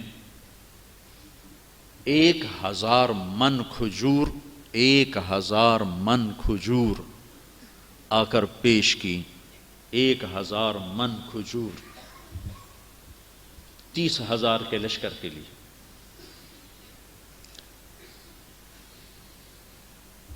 ایک صحابی ہیں ابو عقیل، غریب آدمی، انہوں نے سنا کہ اللہ کا نبی کہہ رہا ہے کہ مال خرچ کرو، تو وہ گئے ایک یہودی کے باغ میں. بھائی کوئی مزدوری ہے؟ کہ پانی لگاؤ. تو وہ ساری رات کھیت کو پانی لگاتے رہے، کھجوروں کو پانی لگا، ساری رات فجر کی نماز تک مزدوری کی. تو اس نے ان کو 6 سیر کھجوریں دی، تو انہوں نے 3 سیر گھر میں دے دی، اور 3 سیر جھولی میں ڈال کے، اور جھولی ایسے لے کر آئے شرماتے ہوئے، کتھے 1,000 من تے کتھے 3 سیر، کوئی ہے نسبت؟ تو جھولی میں لے کر شرماتے ہوئے آ رہے ہیں. وہ منافق ہنسنے لگے، آ گیا وڈا سخی، او جا گھر لے جا پترا نو کھوا، کملا نہ ہوئے تا تیرے 3 سیر نال کی بن جاونا ہے. تو وہ اور بیچارے نا دبک گئے اور پریشان ہو گئے اور بڑے شرمندہ سے ہو کے آ رہے. جب اللہ کے محبوب کی مجلس میں آئے تو آپ نے کہا ابو عقیل کی کھجوریں لے لو اور ساری کھجوروں کے اوپر برکت کے لیے پھیلا دیا جائے. کہ میرا رب مقدار نہیں دیکھتا، کیفیت دیکھتا ہے. ایک اور بتاؤں، ایک صحابی نے عرض کی، ایک صحابی رات کو، یا اللہ اب تیرا نبی کہہ رہا ہے میں مال لگاؤں، میرے پاس تو ہے نہیں، میں کیا صدقہ کروں؟ تو کہنے لگے یا اللہ جس نے میری بےزتی کی اور میرا اس پہ حق بنا، میں اس کا صدقہ کرتا ہوں، میں اپنی عزت کا صدقہ کرتا ہوں تیرے نام پر. تو جو فجر کی نماز ہوئی تو آپ نے سلام پھیرنے کے بعد پوچھا رات کو صدقہ کس نے کیا ہے؟ تو کوئی نہیں اٹھا، وہ بھی نہیں اٹھے۔ پھر آپ نے دوبارہ کہا رات کو اپنی عزت کا صدقہ کس نے کیا ہے؟ تو پھر وہ کھڑے ہو گئے، کہا جی آپ کی ترغیب تھی مال لگاؤں، میرے پاس کچھ نہیں تھا، تو میں نے کہا یا اللہ جس نے میری بے عزتی کی اور میرا اس پہ حق بن گیا تو میں نے اس کا صدقہ تیرے نام پہ کیا۔ تو آپ نے کہا تیرے صدقے کو اللہ نے قبول فرما لیا ہے، مقدار نہیں کیفیت دیکھی جاتی۔ پھر اور بتاؤں، تبوک کا ہی موقع ہے تو عمر رضی اللہ تعالیٰ عنہ ان دنوں مالدار تھے اور ابو بکر رضی اللہ تعالیٰ عنہ فقیر تھے۔ تو ابو بکر اور عمر میں عمر رضی اللہ تعالیٰ عنہ خاص طور پر ساری زندگی یہ دوڑ لگاتے رہے کسی طرح ابو بکر سے آگے نکل جاؤں، لیکن ہو نہ سکا کبھی۔ مقابلہ ساری زندگی کیا، نیکیوں میں تو مقابلہ کرنا ہی چاہیے۔ ایک دفعہ اما عائشہ باہر صحن میں لیٹی ہوئی تھیں اللہ کے نبی کے ساتھ، تاروں بھری رات تھی، اندھیری۔ تو حضرت عائشہ نے پوچھا یا رسول اللہ کوئی شخص ایسا ہے جس کی نیکیاں تاروں کے برابر ہوں؟ تو آپ نے کہا ہاں عمر۔ تو حضرت عائشہ رضی اللہ عنہ کو چپ لگ گئی، ان کے جی میں تھا کہ میرے باپ کے بارے میں کہتے تو عمر کہا گیا۔ تو آپ نے محسوس فرما لیا کہ عائشہ چپ ہو گئی ہے، تو آپ نے کہا عائشہ تیرے باپ کی ایک رات عمر کی ساری نیکیوں پر بھاری ہے۔ کون سی رات؟ غار ثور والی رات۔ جب آپ 27 کو نکلے، 27 سفر کو آپ نکلے، 14 ستمبر 27 سفر 14 ہجری آپ نکلے ہیں، وہ کفار مکہ نے آپ کے قتل کا منصوبہ بنایا تھا۔ ابو بکر کو ساتھ لیا، تو ابو بکر کبھی آگے چلتے تھے کبھی پیچھے چلتے تھے، کبھی آگے چلتے کبھی پیچھے چلتے۔ تو آپ نے فرمایا ابو بکر کبھی آگے چلتے ہو کبھی پیچھے چلتے ہو؟ کہ یا رسول اللہ جب خیال آتا ہے کوئی آگے چھپا ہوا دشمن وار نہ کر دے تو میں آگے چلنا شروع کر دیتا ہوں تاکہ میرے اوپر آئے، اور جب خیال آتا ہے پیچھے سے کوئی آ کے حملہ نہ کر دے تو میں پیچھے ہو جاتا ہوں تاکہ میرے اوپر حملہ ہو۔ تو ہمارے نبی پنجوں کے بل چل رہے تھے تاکہ کھوجی پاؤں کو ڈھونڈ نہ سکے۔ تو جب غار وہ پہاڑ پہ چڑھنے کا موقع آیا تو آپ کے پاؤں اتنے زخمی ہو چکے تھے آپ سے چڑھا نہیں گیا، تو ابو بکر نے آپ کو اپنی کمر پہ اٹھایا اور پورا پہاڑ چڑھ کے اوپر لے گئے۔ پھر آپ کو باہر کھڑا کیا، اندر گئے، سارے غار کو صاف کیا تو اس میں سوراخ تھے، پگڑی اتاری، پھاڑ کے سوراخ بند کیے، پھر باقی رہ گئے، پھر کرتا اتارا اور پھاڑ کے سوراخ بند کیے، ایک باقی رہ گیا جس میں وہ سانپ تھا، وہاں اپنی ایڑی کو رکھ دیا کہ یا رسول اللہ اندر تشریف لائیں۔ یہ اس رات کی بات بتا رہا ہوں کہ یہ رات عمر کی ساری نیکیوں پر بھاری، یا رسول اللہ اندر تشریف لائیں۔ تو آپ اندر آئے تو اندھیرے میں آپ کو اندازہ نہیں ہوا کہ ابو بکر، کرتا، پگڑی کوئی نہیں۔ جب تھوڑی سی روشنی ہوئی تو آپ نے کہا ابو بکر یہ کیا، تیری پگڑی کرتا کدھر؟ کہ یا رسول اللہ یہ سوراخ تھے کافی سارے، مجھے ڈر لگا کوئی چیز آپ کو نقصان نہ پہنچائے تو میں نے سب پھاڑ کے ان کو بند کر دیا ہے۔ تو ایک دم آپ کے آنسو چھلکے اور آپ نے ایسے ہاتھ اٹھائے کہ یا اللہ میں ابو بکر سے راضی ہوں، تو بھی اس سے راضی ہو جا اور اسے جنت میں میرا ساتھی بنا دے۔ تو اس وقت جبریل اترے اور عرض کیا رسول اللہ ابو بکر سے راضی ہو گئے اور جنت میں آپ کا ساتھی بنا دیا۔ یہ رات عمر کی ساری نیکیوں پر بھاری ہے۔ تو عمر رضی اللہ عنہ کو شوق لگا کہ اب ابو بکر ہے غریب، میں ہوں مالدار، آج میں بڑھ جاؤں گا، ورنہ ساری زندگی نہیں بڑھ سکتا۔ تو اپنے مال کے 2 حصے کی آدھا لے کر آئے اور آدھا گھر چھوڑ دیا۔ ان کا مال یوں سمجھو اتنی بڑی گٹھڑی۔ ابو بکر جو کچھ گھر میں تھا سارا باندھ کے لائے، دیوار پہ ایسے ایسے ہاتھ مار رہے تھے، ایسے ایسے۔ بیوی نے پوچھا کیا کر رہے ہو؟ کہا یہاں ایک سوئی لٹکائی تھی وہ بھی لے جانا چاہتا۔ اب دونوں مال سامنے رکھ دیے گئے، یہ ابو بکر کا، یہ عمر کا۔ عمر کا ایسا، ابو بکر کا ایسا.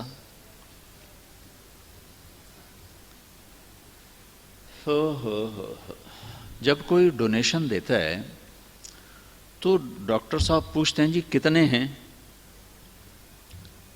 یہ تو نہیں پوچھتے کہ اور پیچھے کتنے ہیں. یہ پوچھنے کا سوال ہے.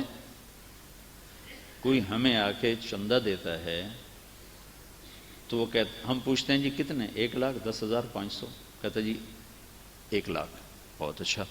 کیا ہم یہ پوچھ سکتے ہیں کہ اور بینک میں پیچھے کتنے پڑے؟ یہ انتہائی بے محل سوال ہے، بے موقع سوال ہے کہ اگر میں یہ پوچھوں کہ جناب ہور پیچھا کتنے پین تو اکثر میرے اگلے بھی پیچھا کرو، پتہ نہیں تیری تو نیت ہی خراب لگ دی. تو اس موقع کا یہ سوال ہے ہی نہیں کہ پیچھے کیا ہے. سوال یہ ہے عمر کتنا ہے؟ کہا جی 10,000. ابوبکر کتنا ہے؟ کہا جی 3,000. تو اگر یہ سوال جو موقع کا بنتا ہے، اگر یہی سوال میرے نبی کرتے تو عمر جیت گئے تھے، ابو بکر ہار گئے تھے.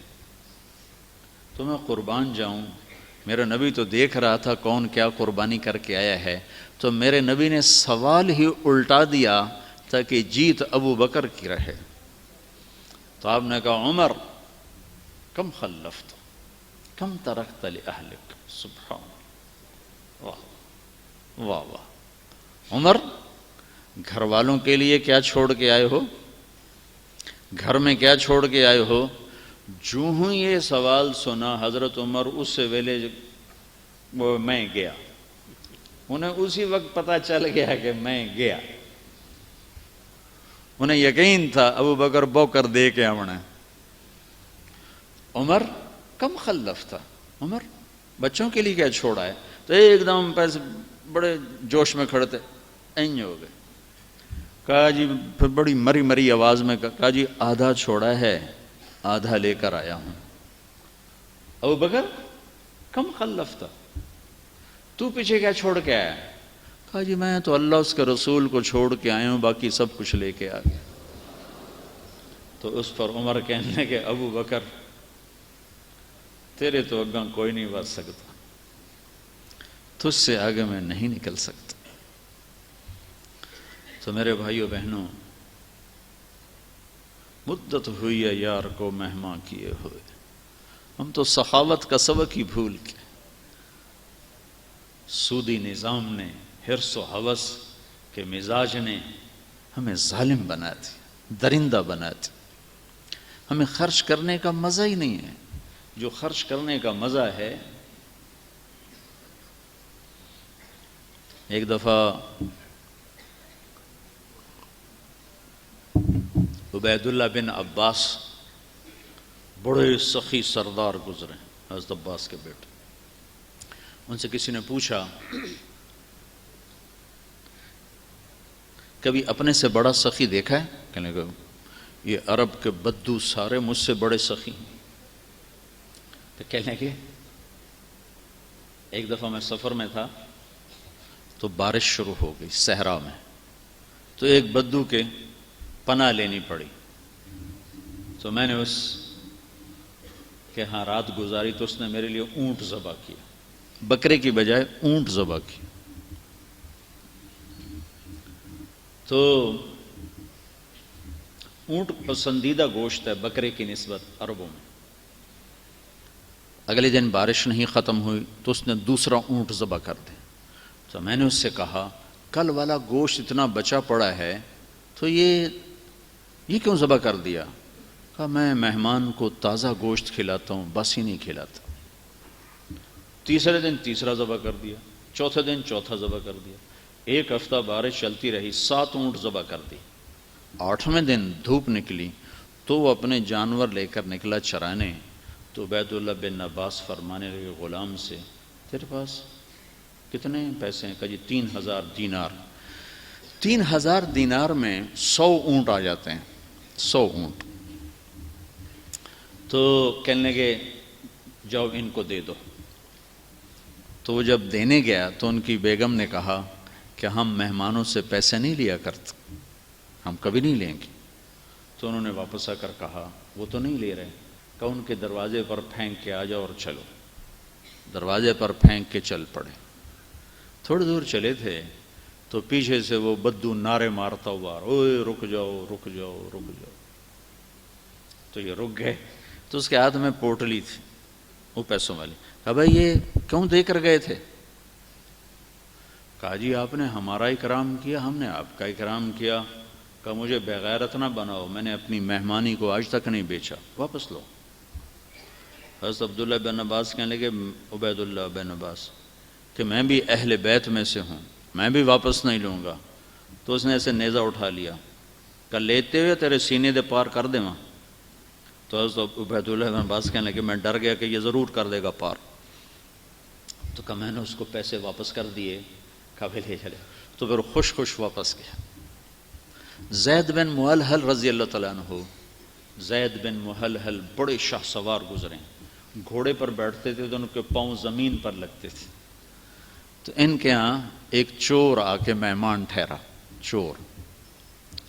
تو رات کو انہوں نے اپنے باپ کے ساتھ اس کو کھانا کھلایا، اور پچھلی رات اس نے 100 اونٹ کھولے اور نکل گیا۔ تو جب یہ حضرات بیدار ہوئے تو اونٹوں کے نشان پر چلتے چلتے چلتے چلتے انہوں نے اس کو پا لیا۔ تو اس کو پکڑا تو وہ کہنے لگا مجھے قتل نہ کرنا، میں غریب آدمی ہوں، قتل نہ کرنا۔ تو زید بن محلحل رضی اللہ تعالیٰ عنہ کہنے لگے تو نے میرے باپ کے ساتھ ایک پلیٹ میں کھانا کھایا ہے، میرا ہاتھ تیرے اوپر کبھی نہیں اٹھ سکتا۔ پر فرمانے لگے یہ مہمان بن کے تو نے اونٹ کیوں چوری کیے؟ کہا جی غریب ہوں اس لیے کر بیٹھا۔ کہا اچھا چلو جاؤ سارے تمہیں ہدیہ۔ لیکن ابھی ایک معاشرہ بنا کر گئے تھے جہاں خرچ کرنے والے خوش ہوتے تھے اور خرچ کر کے لوگوں کو سکون محسوس ہوتا تھا۔ ہم ایک ظالم قسم کے معاشرے میں ہیں جہاں مال جمع کرنا عزت ہے اور مال خرچ کرنا۔ ایک حدیث آپ کو سناؤں۔ حضرت موسیٰ علیہ السلام نے پوچھا یا اللہ جب تو ناراض ہوتا ہے تو اس کی نشانی کیا ہے؟ تو اللہ تعالیٰ نے فرمایا جب میں ناراض ہوتا ہوں تو بارشیں بے موقع کرتا ہوں، حکومت بے وقوفوں کو دیتا ہوں، اور پیسہ بخیلوں کو دیتا ہوں۔ پھر موسیٰ علیہ السلام نے پوچھا یا اللہ جب تو راضی ہوتا ہے تو کیا نشانی ہے؟ کہ جب میں راضی ہوتا ہوں تو بارشیں موقع پہ کرتا ہوں، اور حکومت نیک سمجھدار لوگوں کو دیتا ہوں، اور پیسہ سخیوں کو دیتا ہوں۔ ایک دفعہ حضرت حسن حسین عبداللہ بن جعفر یہ مکہ سے مدینہ آ رہے تھے، راستے میں بھوک لگی، ایک بڑھیا کا خیمہ دیکھا، کہا اماں کھانے کو کچھ ہے؟ کہ بیٹا یہ ایک بکری ہے۔ کہا تو تمہارے دودھ کا، تمہارے اپنے دودھ پینے کا ذریعہ تو یہی بکری ہے، یہ ہمیں دے دو گے تو پھر تمہارا گزارا کیسے ہوگا؟ کہ بیٹا میرے گھر سے مہمان کبھی خالی نہیں جاتا، ذبح کرو ہمارا اللہ مالک۔ تو انہیں ذبح کر کے کھا لیا۔ پھر کہنے لگے ہم اہل بیت ہیں، جب کبھی مدینہ آؤ تو ہمیں ملنا۔ تو شام کو وہ اس کا خامد آیا تو اس نے دیکھا بکری نہیں ہے۔ کہا بکری کہاں گئی؟ کیسے کچھ آئے تھے نوجوان کہہ رہے تھے اہل بیت ہیں تو میں ان کو کھلا دیا۔ تو جاتے انہوں نے کہا اماں کبھی مدینے آؤ تو ہمیں ضرور ملنا۔ تو جب ان کو بھوک نے ستایا تو دونوں مدینے چل پڑے۔ مدینے حضرت حسن رضی اللہ عنہ باہر بیٹھے تھے، وہ دونوں گزرے تو انہوں نے پہچان لیا۔ کہا اماں پہچانتی ہو؟ کہا نہیں۔ کہا ہم وہ ہیں جنہوں نے تیرے ہاں کھانا کھایا تھا۔ تو اپنے خادم کو بلایا، ادھر آؤ، کہ اس کو 1000 بکریاں دے دو اور 1,00,000 درہم دے دو اور حسین کے پاس بھیج دو۔ تو وہ ادھر بھیج دی۔ تو انہوں نے پوچھا بھائی صاحب نے کیا دیا ہے؟ کہا جی 1000 بکری 1000 درہم، 1,00,000 درہم۔ اپنے خادم سے فرمایا 1000 بکری دے دو، 1,00,000 درہم دے دو اور عبداللہ کے پاس بھیج دو۔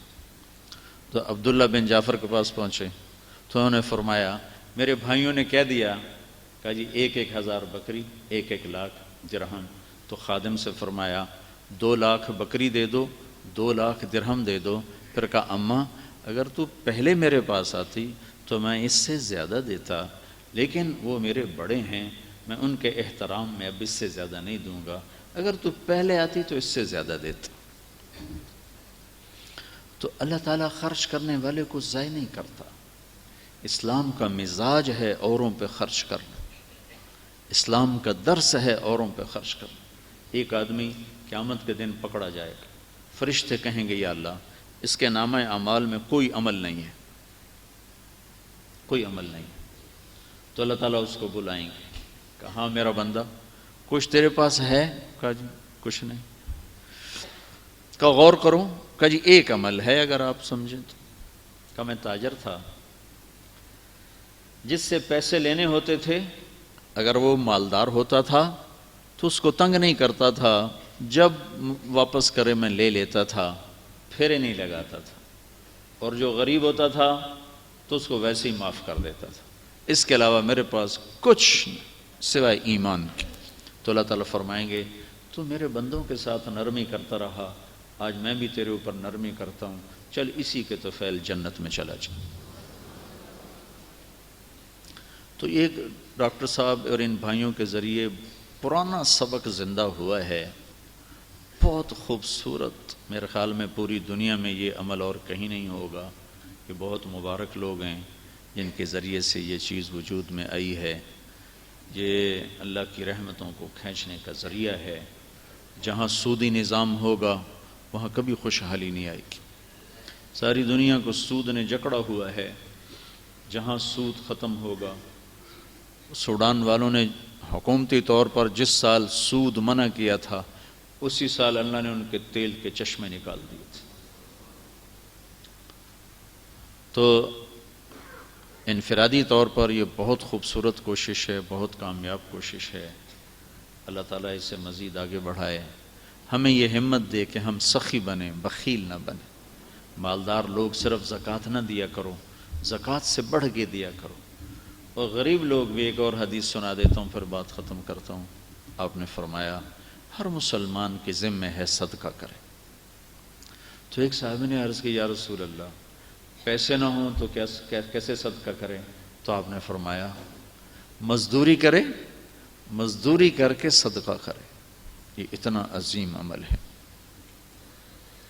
یعمل بیدیہ وینفق، مزدوری کرے، مزدوری کر کے خرچ کرے۔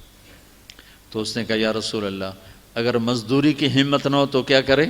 کہ پھر کسی ضرورت مند کی جسمانی خدمت کر، جسمانی طور پر اس کی خدمت کرے، یہ بھی اس کے لیے صدقہ ہے۔ تو اللہ کے رسول صلی اللہ علیہ وسلم نے مہاجرین و انصار کو جوڑ کر اس حد تک پہنچے کہ جب عبد الرحمن بن عوف اور سعد بن ربیع ان کی آپس میں مواخات قائم فرمائی، تو سعد بن ربیع نے کہا بھائی عبد الرحمن میری 2 بیویاں ہیں، تم دونوں کو دیکھ لو، جسے تم کہو گے میں اس کو طلاق دے دوں گا، تم اس سے شادی کر لو، میں ایک کے ساتھ گزارا کر لوں گا۔ یہاں تک وہ لوگ چلے گئے مواخات میں۔ تو عبد الرحمن بن عوف نے فرمایا اللہ تیرے گھر میں برکت دے، مجھے نہیں چاہیے، مجھے نہیں چاہیے، میں یہ نہیں کروں گا۔ یرموک کی جنگ میں حضرت عیاش بن ابی ربیعہ، اکرم بن ابی جہل اور 400 کے قریب صحابہ زخمی ہو کر گرے، اور ہر ایک کے منہ پر تھا پانی پانی پانی۔ تو ایک آدمی جو پانی پلانے والا بھاگ کے عیاش بن ابی ربیعہ کے پاس پہنچا، ان کو پلانے لگا، تو قریب سے آواز آئی پانی، تو انہوں نے منہ بند کر لیا اور یوں اشارہ کیا ادھر جاؤ میں نہیں پیوں گا۔ وہ ادھر بھاگ کر گئے، پانی پینے لگے، تو قریب سے آواز آئی پانی، تو انہیں ہونٹ سی لیے ادھر جاؤ میں نہیں پیوں گا۔ ادھر گئے تو وہ شہید ہو گئے، واپس آئے تو وہ دوسرے شہید ہو چکے تھے، واپس آئے عیاش بن ابی ربیعہ وہ بھی شہید ہو چکے تھے۔ آخر وقت تک انہوں نے مواخات کو یوں نبھا کے دکھایا۔ تو میرے بھائیو بہنوں، حرص و ہوس یہ انسانیت نہیں درندگی ہے، اور سخاوت، ایثار، قربانی یہ میرے اللہ کا پسندیدہ ترین عمل ہے۔ اللہ کو سخی سے پیار ہے، بخیل سے بغض ہے، اللہ کے نام پہ خرچ کرو، لیکن پورے نظام کے ساتھ۔ اس لیے میں نے صرف ایک چیز کو ذکر نہیں کیا، میں سارا نقشہ آپ کے سامنے پیش کیا ہے کہ ہمیں اللہ سے تعلق بنانا ہے، اللہ کے رسول سے تعلق بنانا ہے، اللہ کی مان کر اتباع سنت کے ساتھ، نماز کے ذریعے، اتباع سنت کے ذریعے اور روزے کے ذریعے، اور پھر اللہ کے بندوں کے ساتھ انفاق کے ذریعے، خرچ کرنے کے ذریعے، سخاوت کے ذریعے۔ حضرت قیس بن سعد بیمار ہو گئے، بیمار، تو ان کو لوگ پوچھنے کے لیے نا تھوڑے آئے، تو وہ بڑے سردار آدمی تھے، وہ تھے بڑے مالدار، لوگوں کو قرضہ بہت دیا ہوا تھا، بہت قرضہ دیا ہوا تھا لوگوں کو۔ تو ان کو خیال آیا، کہنے لگے کہ لوگ مجھے پوچھنے کیوں نہیں آئے، لوگ مجھے پوچھنے کیوں نہیں آئے؟ تو پھر خود ہی کہنے لگے لگتا ہے جو میرے مقروض ہیں نا وہ شرما رہے ہوں گے کہ اگر پوچھنے گئے تو کہیں کہ پیسے قدم دے مڑیں، تو شاید اس شرم میں وہ نہ آ رہے ہوں۔ تو انہوں نے اپنے نوکر سے کہا وہ چوک میں جا کے شہر کے اعلان کرو جس جس نے قیس کا قرضہ دینا ہے سب معاف۔ تو اس نے آ کر اعلان کیا جس جس نے قیس کا قرضہ دینا ہے سب معاف۔ پھر جو لوگ بھاگے ان کا حال پوچھنے تو ان کا دروازہ ہی توڑ کے رکھ دیا۔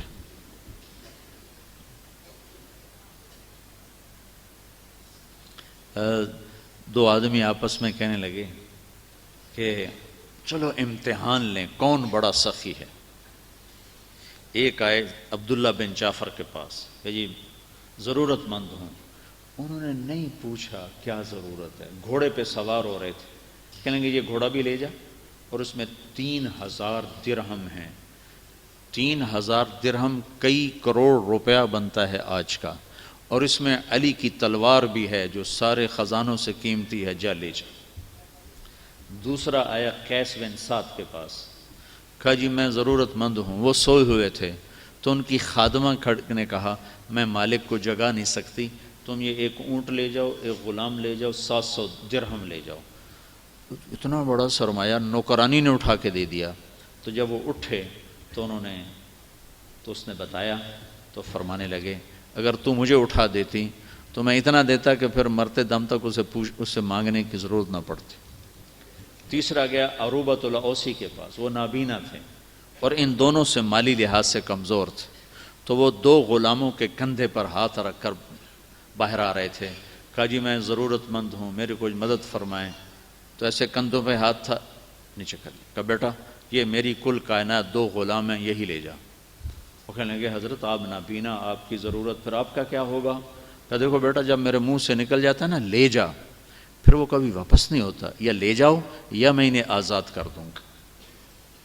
یہ ایک تربیتی نظام بنایا تھا جناب رسول اللہ صلی اللہ تعالی علیہ وسلم نے، جس سے ایک معاشرہ تشکیل پایا تھا، جس میں خرچ کرنا، مال لگانا، دینا یہ پسندیدہ تھا، اور جمع کرنا اور جوڑنا یہ ناپسندیدہ تھا۔ تو یہ اخوت کے ذریعے ایک بہت عالی صفت زندہ ہوئی ہے۔ اللہ ان کو توفیق دے کہ پورے پاکستان کا سود ختم کر دے۔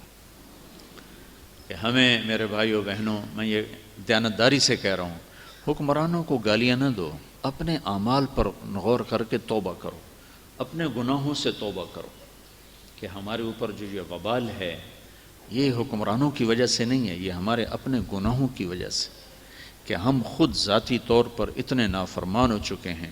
جب گلی گلی میں سود ہو تو پھر اور کون سی چیز ہے جو اللہ کے عذاب کو اتارنے میں رکاوٹ بن رہی؟ اور نمازیں زندہ نہیں ہیں، جھوٹ عام ہے، سود عام ہے، کھوٹ عام ہے، بددیانتی عام ہے۔ یہ وہ اسباب ہیں جس سے اللہ ناراض ہوتا ہے، اس سے ہم توبہ کریں۔ اور تبلیغ میں جایا کرو، تبلیغ میں وقت لگاؤ، کہ اس سے تربیت ہوتی ہے، ایمان بنتا ہے، اخلاق بنتے ہیں، کردار بنتا ہے، اور زندگی صراط مستقیم پر آتی ہے۔ اور جتنا ان کا ہمارا یہ نظام چلے گا، میرا رب اس کی رحمت متوجہ ہوگی، اور اللہ تعالیٰ دنیا میں بھی اس کے ہمیں نفع دکھائے گا، اور موت کے بعد بھی اللہ تعالیٰ ہمیں اس کے نفع دکھائے گا۔ روزانہ خرچ کرنے کی عادت ڈالو۔ میرے نبی نے 2 کام ساری زندگی کسی سے نہیں کروائے، خدمت لیتے تھے، 2 کام ساری زندگی خود کیے۔ ایک اپنا وضو خود کرتے تھے، وضو خود کرتے تھے، کسی سے نہیں کرواتے تھے کہ کوئی وضو کا پانی ڈال رہا ہو اور آپ وضو کر رہے ہوں، آپ لوٹے سے خود وضو فرماتے تھے۔ ایک آدھ دفعہ ملا ہے کسی سفر میں، ورنہ ساری زندگی وضو کا پانی لے کر خود وضو فرماتے تھے۔ دوسرا، ذاتی پیسے سے جب صدقہ کرنا ہوتا تھا تو اپنے ہاتھوں سے کرتے تھے، کسی کو نہیں کہتے تھے کہ بھئی یہ لے جا اور صدقہ کر دے، خود اپنے ہاتھوں سے سائل کو وہ دیا کرتے تھے۔ اور آپ نے فرمایا داؤ مرضاکم بالصدقہ، اپنے مریضوں کا علاج کرو صدقہ کے ساتھ۔ ہم صدقہ سمجھتے ہیں صرف بکرا ذبح کرنا، نہیں، کسی کو 1 پیسہ بھی دے دو اللہ کے نام پر تو وہ بھی صدقہ ہے، کسی کو روٹی کا 1 لقمہ کھلا دو اللہ کے نام پر وہ بھی صدقہ ہے۔ تو مالداروں سے کہتا ہوں کہ وہ غریبوں کو پر خرچ کریں، غریبوں سے کہتا ہوں وہ اللہ سے مانگیں، وہ مالداروں کے خزانوں پہ نظر نہ رکھیں۔ ایک بدو بیت اللہ کا طواف کر رہا تھا اور اللہ سے کہہ رہا تھا یا اللہ تو جانتا ہے نا بچے بھی بھوکے ہیں، میں بھی بھوکا ہوں، میری اونٹنی بھی بھوکی ہے، تو کچھ میرے ساتھ کر۔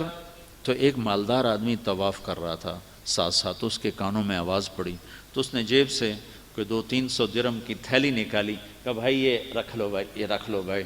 تو اس نے کہا جا تیرے جیسوں سے مانگنا ہوتا تو یہاں آتا، تیرے جیسوں سے مانگنا ہوتا تو یہاں آتا، چل مجھے میرے رب سے بات کرنے تھے۔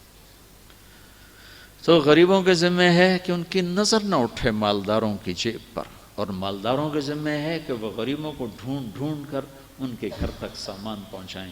حضرت امام زین العابدین کا جب انتقال ہوا تو ان کی کمر پہ بوری اٹھانے کے نشان تھے، ان سے ان کی وفات کے بعد جب ان کو غسل دے رہے تھے تو نشان تھے۔ تو ان کے خادم سے پوچھا گیا تو انہوں نے بتایا کہ 100 گھروں کا خرچہ اٹھایا ہوا تھا، رات کو بوریاں بھر بھر کے ان کے گھروں میں جا کے سامان پھینک آتے تھے، مرتے دم تک کسی کو پتہ نہ چلا کہ ہمارا خرچہ کون دیتا ہے۔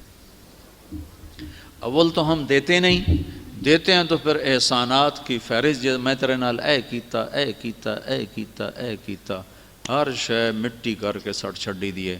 میرا رب کہتا لا تبطلوا صدقاتکم بالمن والاذی، اگر میرے نام پہ دینے ہے تو کسی کو تانا نہ دینا میں تینوں دیندا پیاں، اگر کسی کو دینا ہے تو پھر اسے تانا نہ دینا کہ میں تیرے اوپر خرچ کرتا ہوں، پھر اپنی زبان کو روکنا ورنہ تمہارے سارے صدقے میں باطل کر دوں گا اور رد کر دوں گا۔ تو بھائیوں بہنوں، سخی بنو، سخی اللہ کو پسند ہے، سخی اللہ سے محبت، اللہ سخی سے محبت کرتا ہے۔ اور ایک سخاوت ہر آدمی کر سکتا ہے، ہر آدمی، وہ کیا ہے آپ کا میٹھا بول بولنا، میٹھا بول اطعام الطعام و طیب الکلام، میٹھا بول بولنا سخاوت کی بہت بڑی قسم ہے کہ تمہارا جیب خالی ہے، کچھ نہیں ہے تو لوگوں سے میٹھے لہجے میں بات کرو، یہ بھی تمہاری سخاوت ہے۔ اللہ تعالیٰ آپ کو مزید آگے بڑھائے، ہمتیں حوصلے جوان فرمائے اور آپ ذریعہ بنو پورے پاکستان کو سود سے نکالنے کا، تو یہاں بہت بڑی رحمتیں آئیں گی، بہت بڑی خیرات ہوں گی۔ سود جس ملک میں بھی ہوگا وہ ملک کبھی خوشحال نہیں ہو سکتا، اور جہاں سود نہیں ہوگا اس کی آبادی 18 کروڑ کی بجائے 18 ارب بھی ہو جائے تو وہاں کی معیشت مضبوط ہوگی۔ ہماری معیشت کی کمزوری کا سبب آبادی نہیں ہے، ہماری معیشت کی کمزوری کا سبب سود ہے، جھوٹ ہے، خیانت ہے، سٹہ ہے، جوا ہے، یہ ہماری معیشت کی پوری دنیا کی معیشت تباہ ہو چکی، تو اس کے پیچھے یہ چند اسباب ہیں جس کی وجہ سے سارا نظام ٹوٹ چکا ہے۔ آبادی کی کثرت سے کبھی بھوک نہیں آئے گی کہ کھلانے والا اللہ اوپر ہے، اور اسے پتہ ہے میں نے جتنے بھیجے ہیں میں نے ان کے لیے رزق کا بھی انتظام کرنا ہے۔ آبادی کی کثرت سے بھوک نہیں آتی، بھوک سودی نظام سے، سود سے، جوے سے، سٹہ سے، خیانت سے، اس سے بھوک آتی، اس سے فقر آتا ہے۔ اگر میرے نبی کی بتائی ہوئی معیشت ہو اور میرے نبی کی بتائی ہوئی تجارت ہو تو پاکستان کی آبادی 18 کروڑ سے 18 ارب بھی ہو جائے تو اللہ کا فضل و کرم سے کبھی بھوک نہ آئے گی۔ لیکن یہ یہ میں پوری دنیا میں پھرا ہوں، چھوٹے چھوٹے ملک ہیں، کسی کی آبادی 40 لاکھ 45 لاکھ، میں نے وہاں بھی بے روزگاری بھی دیکھی ہے اور لوگوں کو بھوک سے پریشان دیکھا ہے، حالانکہ وہاں کی تو آبادی بڑی تھوڑی سی ہے، پاکستان سے بڑے ملک ہیں، آبادی 40-45 لاکھ ہے، لیکن تنگ دستی ہے کہ اس کی وجہ سود ہے، سود۔ تو اگر یہ ہماری زندگی سے نکل گیا تو میرا رب کی رحمتوں کے دروازے کھل جائیں گے۔ اللہ آپ کو ہمیں عمل کی توفیق بخشے۔